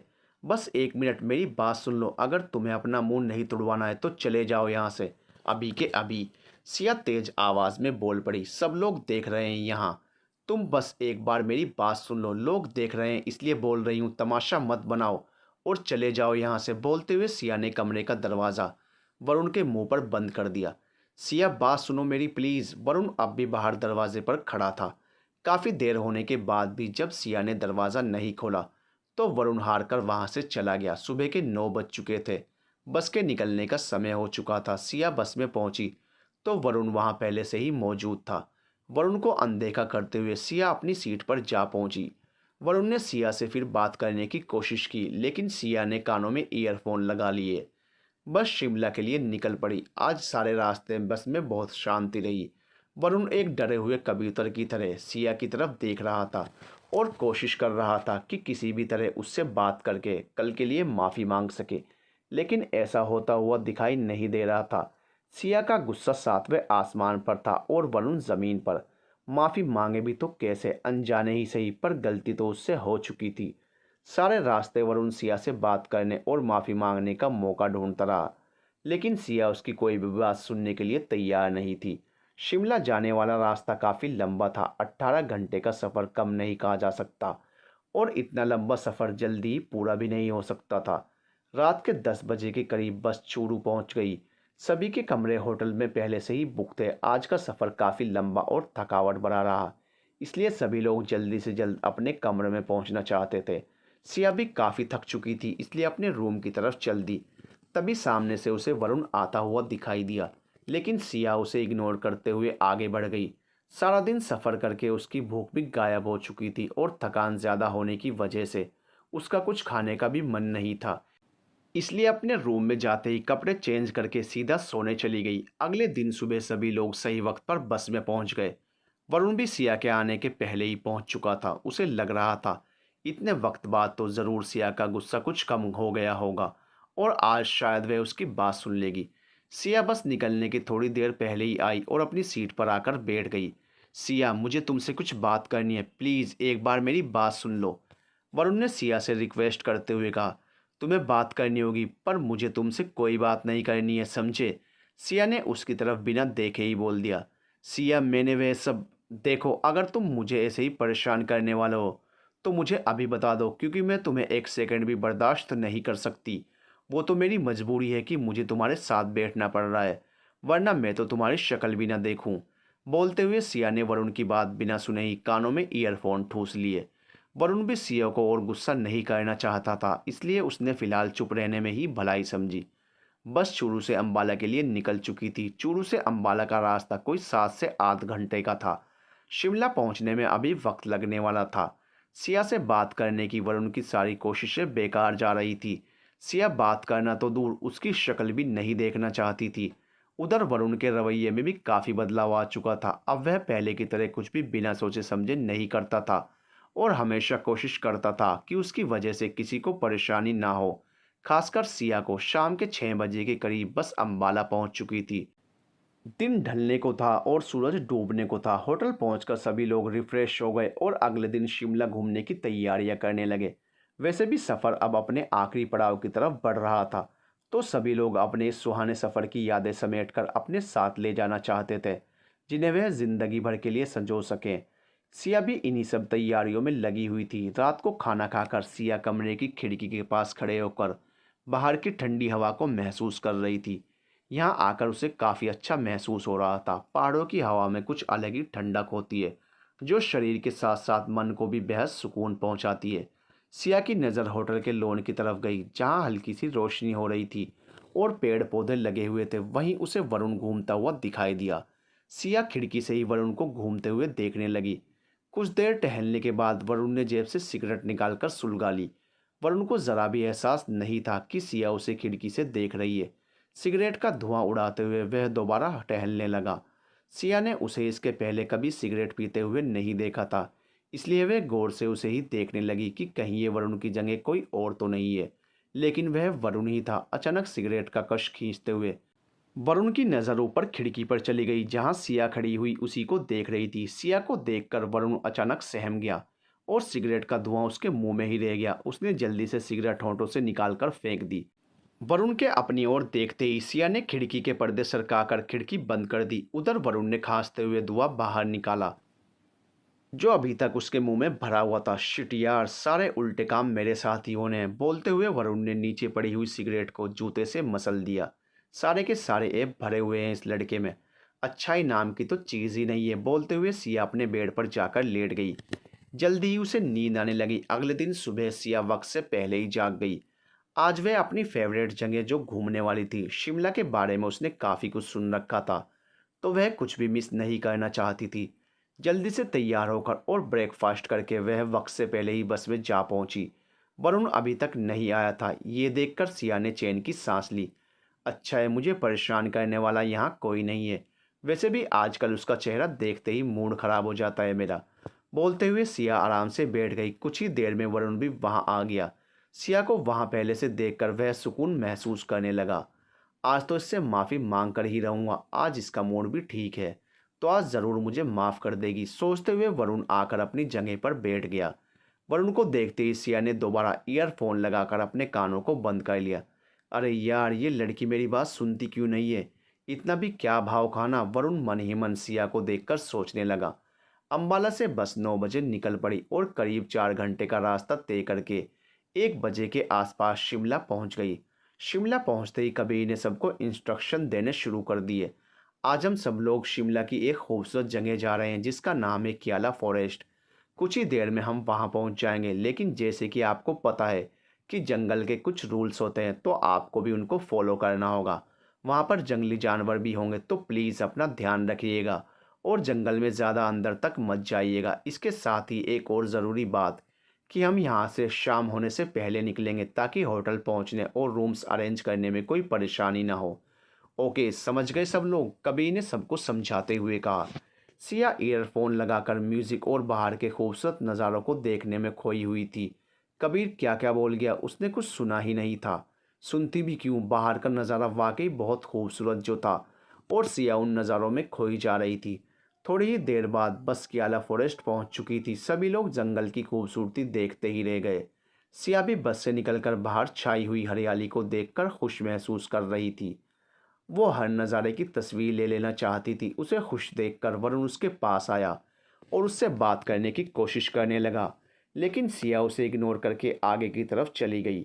अगर यहाँ सबके साथ रहूँगी तो ये मेरे आसपास ही घूमता रहेगा और बात करने की कोशिश करता रहेगा। ऐसे तो मेरा मूड भी ख़राब हो जाएगा और मैं कुछ देख भी नहीं पाऊँगी। एक काम करती हूँ, सबसे अलग होकर चुपके से जंगल के अंदर की तरफ चली जाती हूँ और जैसे ही वापस जाने का टाइम होगा यहीं सबके पास आ जाऊंगी।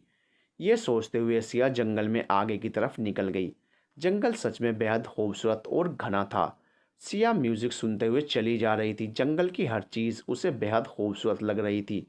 एक जगह पर कई सारे खूबसूरत फूलों को देखकर सिया रुक गई और उन फूलों के रंग बहुत ही प्यारे लग रहे थे।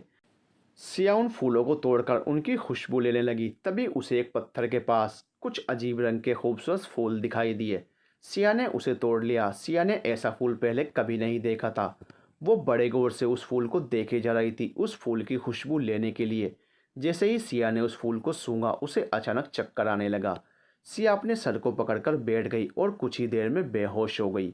इधर वरुण की आंखें लगातार सिया को खोज रही थी, पर वह उसे कहीं दिखाई भी नहीं दे रही थी। उसकी नज़र जरा सी क्या हटी, सिया पता नहीं कहाँ गायब हो गई थी।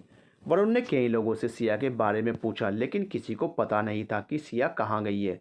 वरुण को लगा शायद उससे बचने के लिए कहीं छुप गई है। जब जाने का वक्त होगा तब तक वापस आ ही जाएगी, ये सोचते हुए वरुण सिया का इंतज़ार करने लगा। सिया के बिना उसे जंगल के खूबसूरत नज़ारे भी बेमानी लग रहे थे। काफ़ी देर हो चुकी थी, लेकिन सिया अब तक वापस नहीं आई थी। अब तक तो उसे वापस लौट आना चाहिए था। शाम के 5 बजने वाले हैं। यहाँ ठंड की वजह से दिन भी जल्दी ढलने लगा है।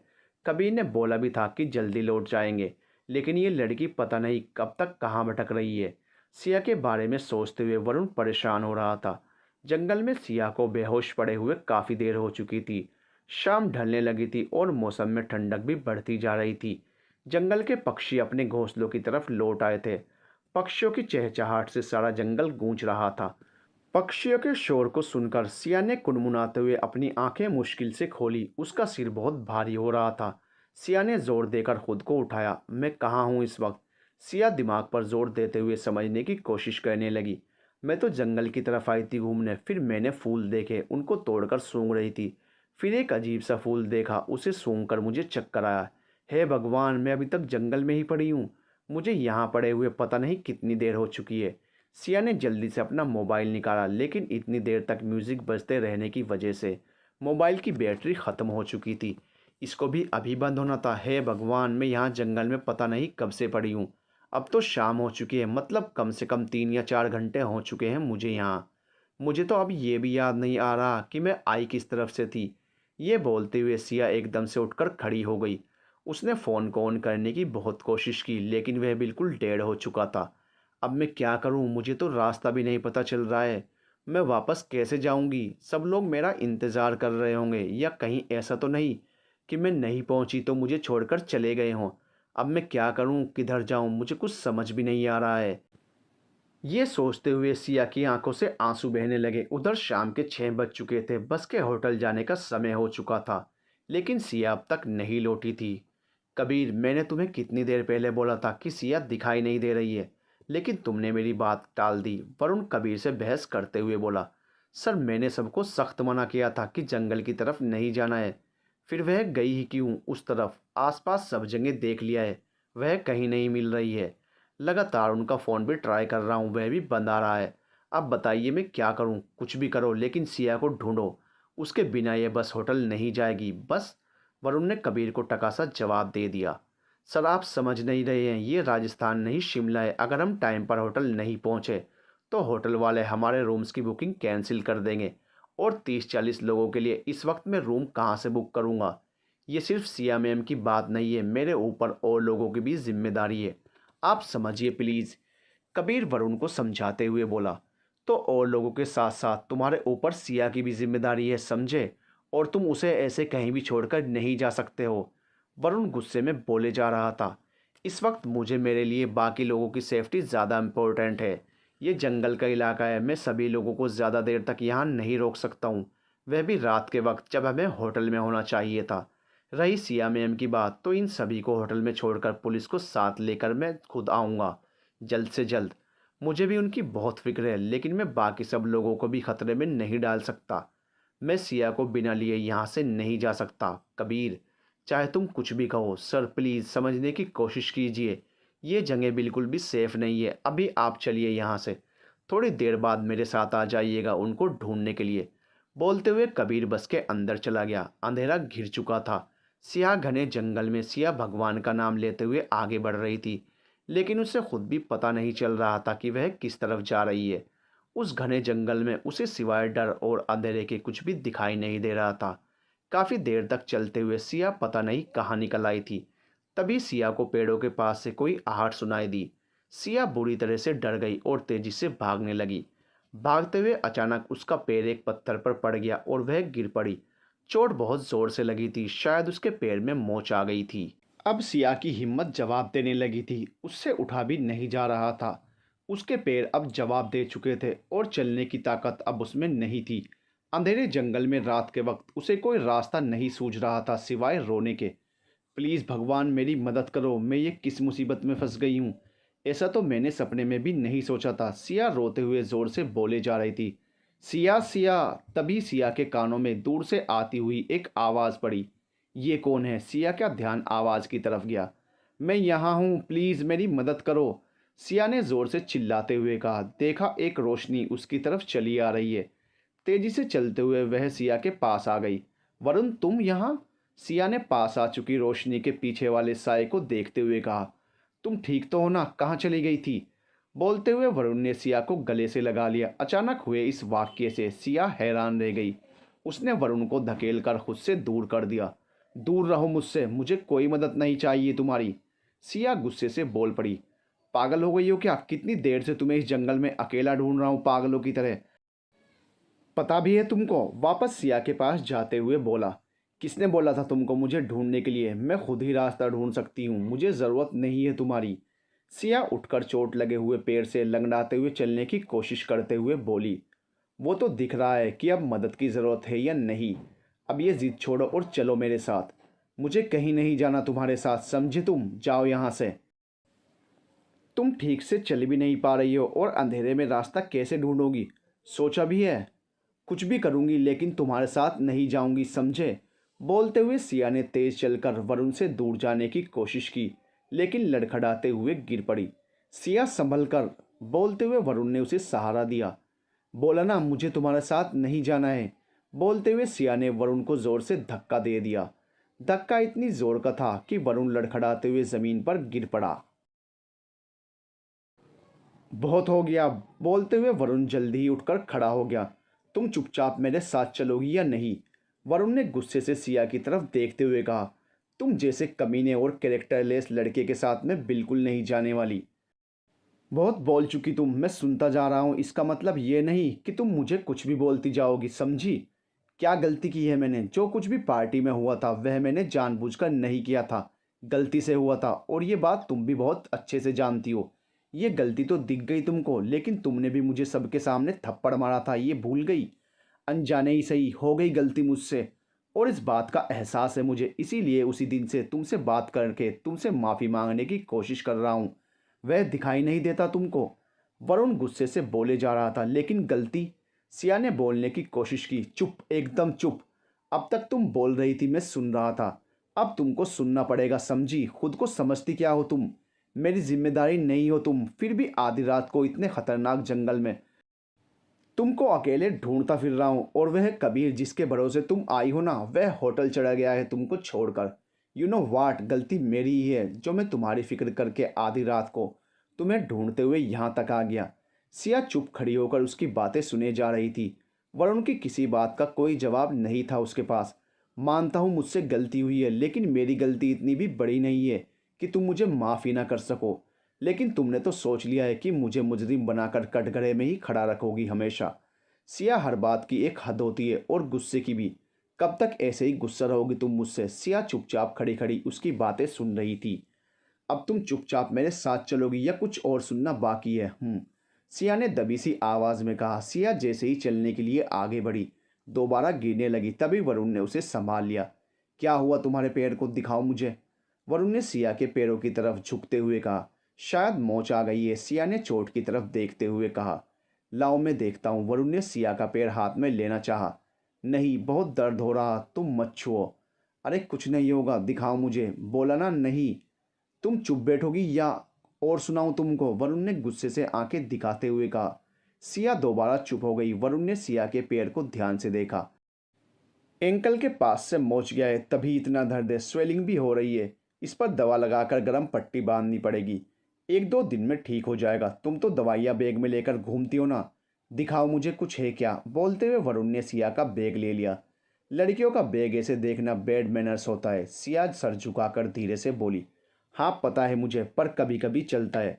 लो मिल गई, वरुण ने सिया के बैग से मुंह निकालते हुए कहा। इससे थोड़ा आराम मिल जाएगा, और होटल जाकर दर्द की दवा ले लेना, सुबह तक ठीक हो जाएगा। बोलते हुए वरुण सिया की चोट पर दवा लगाने लगा। सिया को पहले से बेहतर महसूस हो रहा था। दवा लगाने के बाद वरुण ने अपनी जेब से रुमाल निकालकर चोट को अच्छी तरह से बांध दिया। तुम चल तो पाओगी ना? वरुण सिया की ओर देखकर बोला। पता नहीं, दर्द तो बहुत है और पैर ठीक से रख भी नहीं पा रही हूँ। कोशिश करो चलने की, गिरोगी तो मैं पकड़ लूँगा तुमको। मेरा मतलब है संभाल लूँगा। सिया ने उठकर चलने की कोशिश की लेकिन गिरने से बची। वरुण उसे एक ओर से पकड़कर चलाने की कोशिश करने लगा लेकिन कोई फ़ायदा नहीं हुआ। मुझसे नहीं चला जा रहा है, मैं नहीं चल पाऊँगी, मैं नहीं जा सकती यहाँ से चलकर। बोलते हुए सिया की आंखों में आंसू भर आए। अरे ऐसे कैसे नहीं जा सकती यहाँ से? बोलते हुए वरुण ने सिया को गोद में उठा लिया। अरे मैं गिर जाऊंगी, उतारो मुझे। भरोसा रखो, नहीं गिरने दूंगा तुमको। बस तुम ये मोबाइल की रोशनी दिखाते रहना मुझे और ये धागे को पकड़े रहना। इतना तो कर लोगी ना? हाँ, लेकिन ये धागा किस लिए है? हमें रास्ता दिखाने के लिए, वरुण चलते हुए बोला। रास्ता वह कैसे? सिया ने वरुण से सवाल करते हुए कहा। वो क्या है कि मुझे भी जंगल का रास्ता मालूम नहीं था, ऊपर से रात भी थी तो क्या करता। इसलिए आइडिया लगाया, इस धागे का आगे वाला सिरा जंगल के बाहर वाले पेड़ से बांध कर आया हूँ ताकि वापस आने में आसानी रहे। वरुण सिया को गोद में उठाए बोलता जा रहा था और सिया धागे को देखती जा रही थी। तुम कितनी देर से ढूंढ रहे थे मुझे? सिया ने सवाल करते हुए कहा। मैं तो तभी से ढूंढ रहा था जब से तुम दिख नहीं रही थी मुझे, लेकिन जब शाम तक नहीं लौटी तो परेशान हो गया था। होटल क्यों नहीं गए सबके साथ? तुमको अकेला छोड़कर कैसे चला जाता जबकि तुम यहाँ मुसीबत में फंसी थी? बोलो। वरुण ने सिया की तरफ सवाल भरी नज़रों से देखा तो सिया ने पलकें झुका ली। ठीक है, मत दो जवाब, तुमको तो बस गुस्सा करना आता है, जवाब देना थोड़ी। बोलते हुए वरुण मुस्कुरा दिया। उसकी बातें सुनकर सिया भी मुस्कुरा दी। करीब आधे घंटे बाद चलते चलते वरुण और सिया धागे के आखिरी छोर तक पहुंच ही गए। हे भगवान, थक गया मैं तो। कितनी भारी हो यार तुम। क्या कहा? मैं भारी हूँ? अरे ये बोलो, तुम में ही दम नहीं है। सिया बहस करते हुए बोली। आधे घंटे से चल रहा हूँ तुमको उठाकर, मेरे हाथ सुन पड़ गए हैं और मैडम बोल रही है दम नहीं है, उतरो अब। बोलते हुए वरुण ने सिया को एक पत्थर पर आराम से बैठा दिया। अब हम होटल कैसे जाएंगे? सिया ने वरुण की ओर देखते हुए पूछा। वो कबीर का बच्चा कब काम आएगा? अभी फ़ोन करता हूँ उस कमबख्त को। बोलते हुए वरुण ने कबीर को कॉल किया। हेलो, हाँ वरुण बोल रहा हूँ। हाँ, सिया मिल गई है और हम अभी जंगल के बाहर ही हैं। जल्दी से होटल की गाड़ी भेज दे, वहीं पर जहाँ बस थी, और जल्दी करना, सिया को चोट लगी है, समझ रहा है ना? ओके। बोलते हुए कबीर ने फ़ोन डिस्कनेक्ट कर दिया। थोड़ी देर में गाड़ी आ जाएगी, परेशान मत हो, ठंड भी काफ़ी बढ़ गई है। उस तरफ देखो, थोड़ी रोशनी दिख रही है, शायद कोई छोटी सी दुकान है, चलो वहीं चलते हैं। बोलते हुए वरुण सिया को उठाने की कोशिश करने लगा। अरे रहने दो, तुम सच में थक गए होंगे और मेरा पैर भी पहले से काफ़ी ठीक है, मैं चल लूँगी। बोलते हुए सिया धीरे से उठ खड़ी हुई। पक्का ना चल पाओगी? हाँ चल लूँगी। ठीक है, तो मुझे पकड़कर आराम से चलो, गिरोगी नहीं। बोलते हुए वरुण ने उसके कंधे को थाम लिया और धीरे धीरे सिया के साथ ही चलने लगा। चलते चलते दोनों रोशनी वाली जगह पर जा पहुंचे। वहां पर चाय की एक छोटी सी टपरी थी जिसमें एक दो लोग चाय पी रहे थे। वहीं पास में ही एक अलाव जल रहा था, उसके पास एक दो लोग हाथ सेक रहे थे। सुना है पहाड़ों की चाय का स्वाद बहुत बेहतरीन होता है, तो ये भी पी के देख लेते हैं। वैसे भी गाड़ी आने में अभी वक्त लगेगा। बोलते हुए वरुण ने सिया को अलाव के पास ही एक लकड़ी की बेंच पर बैठा दिया और खुद चाय लेने चला गया। कुछ देर बाद वरुण चाय के साथ बिस्किट और चिप्स ले आया। ये राशन किसके लिए लाए हो? सिया हंसते हुए बोली। तुम्हारे लिए, तुम जैसी भुक्कड़ इतनी देर से जंगल में बेहोश पड़ी थी, भूख तो जरूर लगी होगी तुमको, इसीलिए ले आया। बोलते हुए वरुण भी मुस्कुरा दिया। उस ठंडक भरे मौसम में सिया को चाय बेहद अच्छा महसूस करा रही थी। वो अपने हाथों को अलाव पर सेकते हुए वरुण की ओर देखे जा रही थी। ना चाहते हुए भी उसकी निगाह बार बार जाकर वरुण के चेहरे पर टिक जाती थी। कभी कभी हम चीज़ों को, इंसानों को, माहौल को कितना गलत समझ लेते हैं, जबकि शायद गलती हमारे देखने के नज़रिए में ही होती है। अगर मैं वरुण का ये रूप पहले देख पाती तो शायद उसे इतना हर्ट ना करती और ये सफ़र और भी खूबसूरत होता। वरुण की ओर देखते हुए सिया खुद से कहे जा रही थी। तभी सामने से गाड़ी आती हुई दिखाई दी, उसके साथ कबीर भी आया था। सिया मैम, आप ठीक तो हैं? आप जानती हैं हमने कितना ढूंढा आपको। बोलते हुए कबीर सिया की ओर बढ़ा। सिया धीरे से उठकर लंगड़ाते हुए चलने लगी। ये क्या हुआ, चोट कैसे लगी आपको? कबीर ने सिया से सवाल करते हुए कहा। अरे बहुत लंबी कहानी है, गाड़ी में बैठकर आराम से सुन लेना, वरुण कबीर को जवाब देते हुए बोला। तीनों गाड़ी में बैठ गए, कबीर आगे वाली सीट पर और सिया और वरुण पीछे बैठ गए। सिया को काफ़ी थकान महसूस हो रही थी, इसलिए वह सीट पर एक और सिर रखकर आंखें बंद करके झुक गई। वरुण उसकी ओर प्यार भरी निगाहों से देखे जा रहा था। तभी ड्राइवर ने म्यूजिक ऑन कर दिया। हल्का हल्का म्यूजिक गाड़ी में गूंज उठा। इस कदर प्यार है तुमसे ए हमसफर, चांदनी नरम सी रात के होंठ पर, तेरी नादानियाँ मेरी गुस्ताखियाँ मिले तो यूं जुड़ी के भीगे रात भर, मेरी थी जो खामियाँ तुझसे पूरी हुई, बाकी हुई बेवजह तू ज़रूरी हुई, अब ये फसाना मेरी जाने मन बस चलता रहे उम्र भर। वरुण सिया को देखते हुए जैसे ख्यालों में खोसा गया। वो ख्यालों से बाहर तब आया जब गाड़ी का ब्रेक लगा। गाड़ी होटल पहुंच चुकी थी। वरुण ने सिया का हाथ पकड़ते हुए उसे संभाल कर गाड़ी से बाहर निकाला। सिया मैम, अगर आपको डॉक्टर की ज़रूरत है तो मुझे बताइए, मैं अभी बुलवा लेता हूँ। कबीर ने सिया से पूछा। नहीं कबीर जी, बस हल्की सी मोच है और पहले से काफ़ी राहत भी है। अगर डॉक्टर की ज़रूरत हुई तो मैं आपको बता दूंगी। बोलते हुए सिया वरुण के साथ रूम की तरफ बढ़ गई। अब यहाँ रूम में बैठकर आराम करना और ज़्यादा घूमना मत, नहीं तो पैर में दर्द होगा। वरुण ने सिया को उसके रूम में छोड़ते हुए कहा। तुम भी रूम में जाकर आराम करो, तुम तो खाना भी नहीं खा पाए मेरे चक्कर में। सिया ने वरुण की ओर देखते हुए कहा। कोई बात नहीं, अब जाके आराम से खाऊंगा, मेरी फिक्र मत करो, अपनी करो, समझी। बोलते हुए वरुण ने सिया को बेड पर आराम से बैठा दिया और अपने रूम की तरफ चल दिया। सिया को पैर की चोट में काफ़ी राहत महसूस हो रही थी, लेकिन अभी भी हल्का हल्का दर्द महसूस हो रहा था। खाना खाकर सिया सोने की तैयारी करने लगी। तभी किसी ने कमरे का दरवाज़ा खटखटाया। इस वक्त कौन हो सकता है, कौन है? सिया ने आवाज़ लगाकर पूछा। मैं हूँ वरुण। इतना सुनकर सिया ने दरवाज़ा खोला तो सामने वरुण खड़ा था। क्या हुआ वरुण, कोई प्रॉब्लम है क्या? सिया ने सवाल किया। अरे नहीं, वह मैं तुम्हारे लिए ये पेन किलर लेकर आया था। सॉरी तुम्हें इस वक्त डिस्टर्ब किया। नहीं कोई बात नहीं, अंदर आओ। अरे नहीं, मैं बस ये दवा ही देने आया था। वो क्या है कि अगर चोट में दर्द हुआ तो तुम रात को सो भी नहीं पाओगी और कल सफ़र भी करना पड़ेगा, इसीलिए बस। वरुण ने दवा सिया की तरफ बढ़ाते हुए कहा। लेकिन तुमको इतनी रात को दवा मिली कहाँ? वो होटल के बाहर पास ही एक मेडिकल स्टोर दिख गया तो ले आया। थैंक यू मेरे लिए ये सब करने के लिए, सिया ने दवा लेते हुए कहा। अरे इसमें थैंक यू की कोई बात नहीं है, रात बहुत हो गई है, आराम करो तुम। बोलते हुए वरुण अपने कमरे की तरफ चल दिया। वरुण के जाने के बाद सिया सोने चली गई। अगले दिन सुबह उठकर सिया तैयार होकर बस में जा पहुंची। बस में पहुंचकर देखा वरुण अभी तक नहीं आया था। वो बेसब्री से वरुण का इंतजार करने लगी। थोड़ी ही देर में वरुण आता हुआ दिखाई दिया। सभी लोग बस में पहुंच चुके थे। कबीर भी आ चुका था और आते ही उसने बोलना शुरू किया।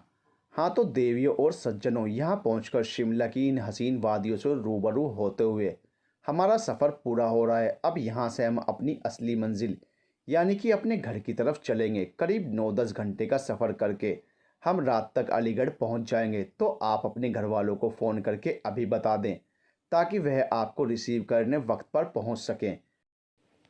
मैं उम्मीद करता हूँ ये जितने भी दिन हम घूमे और हमने साथ बिताए हैं उन्हें आपने इंजॉय किया होगा।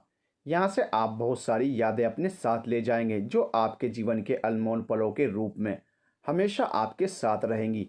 तो आज आपके लिए कुछ काम है मेरी तरफ से। अब तक मैं आपको मैसेज भेजता था, आज आप अपने दिल की बात जो आपने सफ़र में महसूस की है उसे एक पेपर पर लिखकर फीडबैक्स बॉक्स में डाल दें ताकि आपकी कुछ यादें हमारे पास भी रहें। कामना करता हूँ आप सभी की ज़िंदगी खुशियों से भरी हो।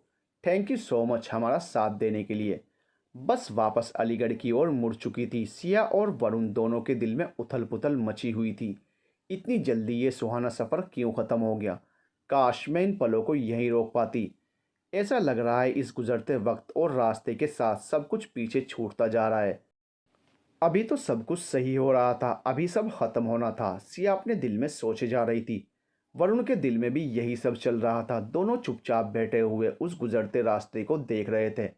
उदासी तो सभी के चेहरे पर छाई हुई थी। किसी को कुछ समझ ही नहीं आ रहा था कि क्या बोले और वक्त यूं ही बीतता जा रहा था।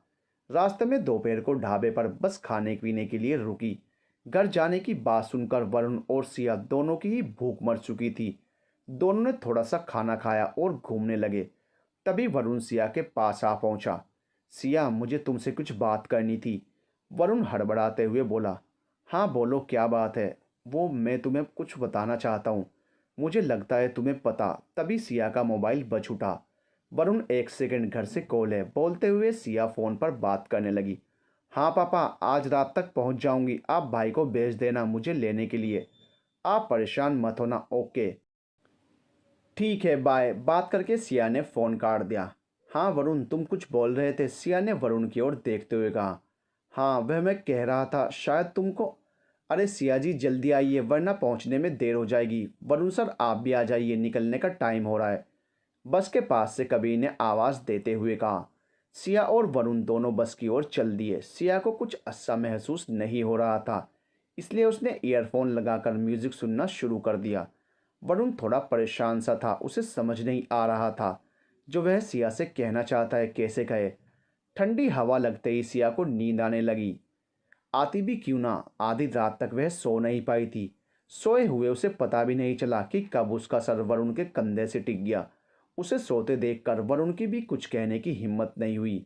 वो बस इन पलों को समेट लेना चाहता था, लेकिन वक्त बीतता जा रहा था। सिया की नींद आसपास के शोर की वजह से खुल गई। उसने खिड़की से बाहर झांक कर देखा, बस अलीगढ़ के अंदर की तरफ जा रही थी। हे भगवान, मैं कब से सो रही थी। हद है वरुण, तुमने जगाया भी नहीं। उसने साइड में वरुण की तरफ देखते हुए कहा, लेकिन वह सीट खाली थी। कबीर, कबीर जी, वरुण कहाँ हैं? सिया ने कबीर से सवाल करते हुए कहा। मैम, वो तो थोड़ी देर पहले ही चले गए।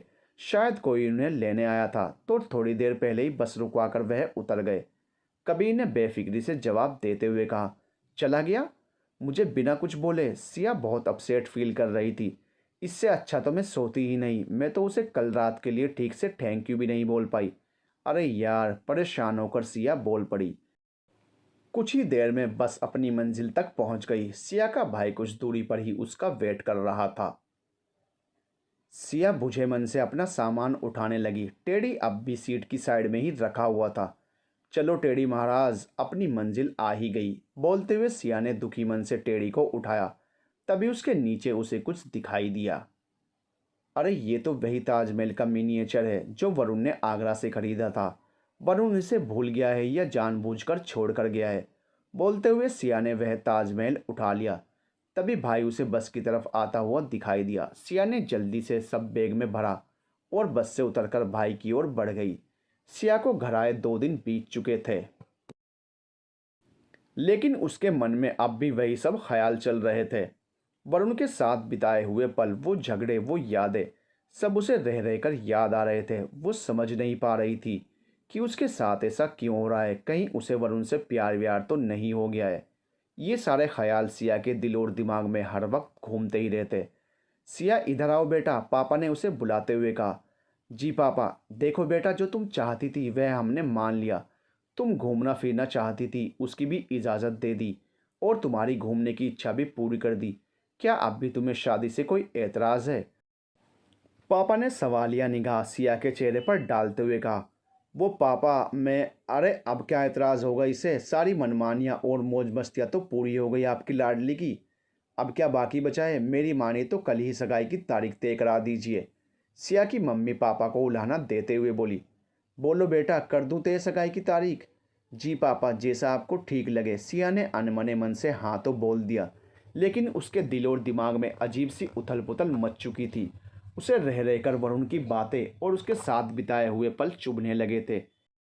इससे अच्छा तो तू उस टूर पर ना ही जाती, ना वरुण से मिलती, ना आज तेरी ये हालत होती। सिया, तूने तो बैठे बिठाए मुसीबत मोल ले ली। कैसी किस्मत पाई है तूने सिया, पता नहीं क्या होगा तेरा। अपने मन में सोच सोच कर सिया खुद को कोस रही थी। अगले दिन ही सिया के पापा लड़के वालों के साथ मिलकर सगाई की तारीख तय कराए। 2 दिन बाद का शुभ मुहूर्त तय हो गया। घर आकर पापा ने मिठाई का डब्बा माँ की तरफ बढ़ाते हुए कहा, यह सब जितनी जल्दी हो पाए उतना ही अच्छा है। मम्मी खुशी से चहकते हुए बोल पड़ी। सगाई की 2 दिन बाद की तारीख सुनकर सिया का तो जैसे दिल ही बैठ सा गया। ये सब इतनी जल्दी जल्दी क्यों हो रहा है? मेरी ज़िंदगी में ये कैसी उथल पुथल मच गई है? सब उस लुच्चे वरुण का दोष है। ना वह मुझे मिला होता, ना ये सब मुझे सहना पड़ता। अब खुद की शादी में मेरा मन किसी और की तरफ झुका रहेगा। ऐसा दिन भी आएगा, ये तो मैंने कभी सपने में भी नहीं सोचा था। सोचकर सिया की आंखों से आंसू बहने लगे। काफ़ी देर तक रोते रोते वह यूं ही सो गई। अगले दिन हर तरफ सगाई की तैयारियां हो रही थी, पर सिया के चेहरे पर कोई रौनक जैसी कोई बात नहीं थी। उसे जैसे यह सब एक फॉर्मेलिटी के अलावा कुछ नहीं लग रहा था। देखते देखते सगाई का दिन भी आ गया। लड़के वाले आ चुके थे। सिया भी तैयार होकर गुलाबी लहंगे में बहुत खूबसूरत लग रही थी, लेकिन उसके चेहरे पर जरा सी भी हंसी या मुस्कान का नामो निशान तक नहीं था। बस चुपचाप नज़र झुकाए उसने सगाई की सारी रस्में पूरी कर दी। उसने अपने होने वाले पति की ओर नज़रें उठाकर भी नहीं देखा। उसे इन सब रस्मों में कोई दिलचस्पी नहीं दिखाई दे रही थी। सारा दिन सगाई की रस्मों में बीत चुका था। सगाई की सारी रस्में अच्छी तरह संपन्न हो गई। लड़के वाले जा चुके थे। सिया अपने कमरे में एक मूर्ति की तरह ही चुपचाप बैठी हुई उंगली में पहनी हुई सगाई की अंगूठी को देखे जा रही थी। उसकी आंखों से आंसुओं की बूंदें अंगूठी पर जा गिरी। अब रोने का कोई फायदा नहीं सिया, और रोने से कुछ हासिल भी नहीं होने वाला है। जो हुआ वह सब कुछ भूल जा और अपनी नई जिंदगी की शुरुआत कर। बोलते हुए उसने ताजमहल की तरफ देखा, जिसे वरुण उसके पास छोड़कर चला गया था, और उसे देखकर वह फपक कर रो पड़ी। मम्मी ने उसे आवाज़ देकर खाने के लिए बुलाया। तब उसे होश आया कि रात के 8 बज चुके हैं और जाने कितनी देर से वह बस यूं ही बैठी हुई है। उसने अपने कपड़े तक नहीं बदले हैं। आती हूँ मम्मी चेंज करके, बोलती हुई वह अपने कपड़े बदलने चली गई। भूख प्यास तो उसकी कब से गायब हो चुकी थी। घर वालों को दिखाने के लिए थोड़ा बहुत खाकर वह अपने कमरे में आ गई। बेड पर बैठकर वरुण के बारे में सोचने लगी। तभी उसे खिड़की के पास कुछ आहट महसूस हुई। रात के वक्त खिड़की के पास आवाज़ सुनकर सिया एकदम से चौंक पड़ी। कौन है वहाँ? देखा तो एक हाथ खिड़की से ऊपर आ रहा था। कौन है? सिया के बोलते ही हाथ ऊपर की ओर लहराने लगा और मम्मी मम्मी मम्मी बचाओ ओ, बोलते हुए सिया जोर से कमरे के बाहर की तरफ भाग गई। क्या हुआ सिया, क्या हुआ? बोलते हुए सारे घर वाले इकट्ठे हो गए। उधर खिड़की पर कोई है। खिड़की पर? कौन सी खिड़की पर? सिया के भाई ने पूछा। मेरे रूम वाली खिड़की पर कोई था, आओ देखते हैं। बोलते हुए सब लोग उसके कमरे की तरफ आ गए। पापा ने खिड़की के आसपास झांक कर देखा। यहाँ तो कोई भी नहीं है सिया, तुमने शायद कोई बुरा सपना देख लिया होगा। अरे पापा, इसकी तो आदत है ऐसे ड्रामे करने की। हॉरर फिल्में देखती रहती है सारे दिन। वो पॉकेट एफएम पर भी सारे दिन हॉरर स्टोरीज सुनती रहती है, और फिर खुद की सूरत देख ली होगी आईने में, इसीलिए डर गई। चुप कर तू, कुछ तो था उधर पापा, सिया उसे घूरते हुए बोली। अरे बिल्ली कबूतर वगैरह कुछ होगा। भाई बोला हो भी सकता है। ध्यान से तो नहीं देखा, सिया ने सोचते हुए कहा। हाँ तो तू सो जा चुप करके, अब परेशान कर दिया, भाई बोल पड़ा। हाँ बेटा थक गई होगी तुम भी, आराम करो, कुछ नहीं है वहाँ। बोलते हुए पापा ने सिया को समझाया। सभी लोग अपने अपने कमरों में चले गए। सिया ने एक बार फिर खिड़की पर जाकर इधर उधर देखा। वहाँ कुछ भी नहीं था। शायद मेरा वहम होगा। बोलते हुए सिया लाइट बंद करने के लिए स्विच के पास गई। तभी पीछे से एक हाथ ने आकर सिया का मुंह दबा दिया। सिया ने जोर से चीखना चाहा, पर आवाज़ नहीं निकली। पागल हो गई हो क्या? कितनी जोर से चीखती हो? खिड़की से गिरते गिरते बचा हूं मैं। तुम्हारे चीखने की वजह से ऊपर से पूरा खानदान इकट्ठा कर लाई। मुझे देख तो लेती, पिटवा देती अभी मुझे। एक फुसफुसाहट की आवाज़ सिया के कानों के पास गूंज उठी। सिया सोचने लगी, ये आवाज़ तो जानी पहचानी लग रही है। ये तो वरुण की आवाज़ है। सिया ने पीछे मुड़कर देखा तो वरुण उसके मुंह को हाथ से दबाए हुए खड़ा था। ओ, सिया ने बोलने की कोशिश करते हुए कहा। हाँ मैं, मत मारी गई थी मेरी, जो इतनी रात को खिड़की से चढ़कर तुमसे मिलने चला आया। पता होता तुम इतनी तेज चिल्लाती हो तो कानों में रुई डाल कर आता। मरते मरते बचा हूँ मैं। सिया ने आंखों के इशारे से उसे मुंह से हाथ हटाने के लिए कहा। देखो वो मैं समझ रहा हूँ, पर पहले तुम प्रॉमिस करो तुम चिल्लाओगी नहीं, क्योंकि मुझे अपनी भरी जवानी में मरना नहीं है। सिया ने आंखों से ही हामी भरी। वरुण ने धीरे से उसके मुंह से अपना हाथ हटा लिया। हाथ हटते ही सिया ने उसे जोर से धक्का देते हुए बेड पर गिरा दिया। ओहो, सीधे हमला, इरादे क्या हैं बेबी के? वरुण उसकी ओर देखकर मुस्कुराते हुए बोला। तुम यहाँ क्या कर रहे हो और आए कैसे यहाँ? खिड़की से आया पाइप पर चढ़कर। वरुण खिलखिलाकर हंसते हुए बोला। दिमाग खराब है तुम्हारा? हिम्मत कैसे हुई तुम्हारी मेरे कमरे में इस तरह आने की? सिया गुस्से से बोल पड़ी। ओहो, ये तेवर, अभी तो मेरी याद में आंसू बहाए जा रहे थे और अब नखरे देखो। वरुण ताजमहल की तरफ देखते हुए बोला। वरुण मेरी सगाई हो चुकी है। हाँ पता है हो चुकी है सगाई, तो उस बेवकूफ़ से सगाई करके कुछ नहीं मिलना तुमको। जैसे अभी भागी थी ना मम्मी, मम्मी करती हुई चीख के ऐसे ही भागती रहोगी ज़िंदगी भर। वरुण ने सिया को जलाने वाले अंदाज में कहा। अब वही मेरे लिए सब कुछ है, तुम जाओ यहाँ से, तुम्हें यहाँ नहीं आना चाहिए था। बोलते हुए सिया ने उसे बेड से हाथ पकड़कर उठाना चाहा। तभी सिया का ध्यान वरुण के हाथ में पहनी हुई अंगूठी पर गया। ये रिंग तुम्हारे पास कैसे आई, जैसे आनी चाहिए थी? क्या मतलब ये मैडम जी कि अंगूठी पहनाने के पहले देख तो लिया होता कि अंगूठी पहना किसे रही हो। वरुण ने सिया को अपनी ओर खींच लिया। छोड़ो मुझे, ऐसा कैसे हो सकता है? वरुण को धकेलते हुई सिया अपनी अलमारी की तरफ भागी। जल्दी से अलमारी का वह ड्रावर खोला जिसमें मम्मी ने लड़के की तस्वीर रखी थी। लिफाफा खोलकर देखा तो वह तस्वीर को देखती रह गई। वो वरुण की ही तस्वीर थी। तस्वीर देखकर सिया की आंखों से खुशी के आंसू बह निकले। वरुण ने पीछे से आकर उसे अपनी बाहों में भर लिया। हद करती हो तुम भी, ये तक नहीं देखा कि शादी किससे कर रही हो? ये सब हुआ कैसे? सिया ने वरुण से पूछा। बात यह थी कि जब मेरे लिए तुम्हारा रिश्ता आया तो मैं शादी के लिए तैयार नहीं था। मैं चाहता था ऐसी लड़की से शादी करूं जो मुझे अच्छे से जानती समझती हो। इसीलिए मैं कई सारे रिश्तों के लिए मना कर चुका था। फिर जब तुम्हारा रिश्ता मेरे लिए आया तो मैंने पापा को साफ साफ मना कर दिया कि मुझे अभी शादी नहीं करनी है। लेकिन पापा और मम्मी दोनों ने जिद पकड़ ली कि तुम उनके दोस्त की बेटी हो और मुझे तुमसे शादी करनी ही पड़ेगी। मेरी बहुत कोशिशों के बाद भी बहन नहीं माने। मैंने सोचा मेरी बातें तो ये सुनेंगे नहीं, तो तुमसे मिलकर तुम्हें बोलूँगा कि तुम इस रिश्ते के लिए मना कर दो। जब रिश्ता ही टूट जाएगा तो मेरे ऊपर किसी बात का कोई दबाव नहीं होगा, ना ही ये शादी हो पाएगी। टूर पर जाने से पहले तुमसे मिलने की बहुत कोशिश की, पर तुमसे मिलना नहीं हो पाया। तुम हमेशा किसी न किसी के साथ होती थी। फिर घर वालों से सुना कि तुम टूर के लिए जा रही हो, तो सोचा मैं भी साथ जाता हूँ और वहाँ तुम्हें इतना परेशान करूँगा कि तुम्हें मेरी शक्ल से नफरत हो जाएगी और तुम खुद ही इस रिश्ते के लिए मना कर दोगी। फिर सिया ने पूछा। इसीलिए मैं तुमसे जानबूझकर बस स्टॉप पर टकराया था और वहाँ मुझे पता चला कि तुम तो मुझे पहचानती तक नहीं हो। इसीलिए पूरे रास्ते तुम्हें परेशान करने और तुमसे झगड़ा करने के नए नए बहाने ढूंढता रहता था। फिर कुछ ऐसा हो गया जो मैंने सपने में भी नहीं सोचा था। तुम्हारे साथ वक्त बिताकर पता चला तुम बहुत अच्छी लड़की हो। तुम्हारे जैसी लाइफ पार्टनर मिलना बहुत किस्मत की बात है। और फिर मुझे तुमसे प्यार हो गया। मैं तो तुम्हें नहीं पहचानती थी, पर तुम्हें तो सब पता था ना। फिर तुमने क्यों नहीं बताया मुझे कुछ भी? कम से कम टूर के आखिरी दिन तो तुम मुझे बता सकते थे ना। सिया ने गुस्से से खुद को वरुण की बाहों से छुड़ाते हुए कहा। मैं तुम्हें बताने वाला था आखिरी दिन, यही बात कहने के लिए मैं तुम्हारे पास आया था। लेकिन फिर मुझे तुमसे प्यार हो गया और मैं डरने लगा। सोचा कि तुम कहीं मुझसे नाराज ना हो जाओ और सच में ही ये रिश्ता ना तोड़ दो। इसीलिए तुम्हें कुछ नहीं बताया और फिर बाद में तो तुम्हें पता चलना ही है। वरुण ने सिया की आंखों में झांकते हुए कहा। खुद को बहुत स्मार्ट समझते हो ना तुम? सिया ने मुंह बनाते हुए कहा। अरे मुझे तो ये डर था कि सगाई पर तुम मुझे देखकर एकदम से चौंक जाओगी और कहीं ये सगाई ही ना तोड़ दो। इसीलिए डर के मारे मेरी जान सूखी जा रही थी। लेकिन तुम इतनी बेवकूफ़ निकली कि एक बार पलके उठाकर ये भी नहीं देखा कि सामने कौन खड़ा है। और अब यहाँ इस ताजमहल को देखकर आंसू बहा रही थी। वरुण ने अपने हाथों से सिया के आंसू पोंछते हुए कहा। तुम्हें कैसे पता? सब देख रहा था मैं खिड़की से। वरुण मुस्कुराते हुए बोला। तुम बहुत बुरे हो वरुण, मुझे रोते हुए देखकर तुम खुश हो रहे थे? सिया ने मुंह बनाते हुए कहा। हाँ बुरा तो मैं हूँ, पर इतना भी नहीं कि तुमको रोता हुआ देखकर खुश होता। सगाई के वक्त ही तुम्हारी हालत देखकर मैं समझ गया था कि तुम्हारा भी वही हाल है जो मेरा है।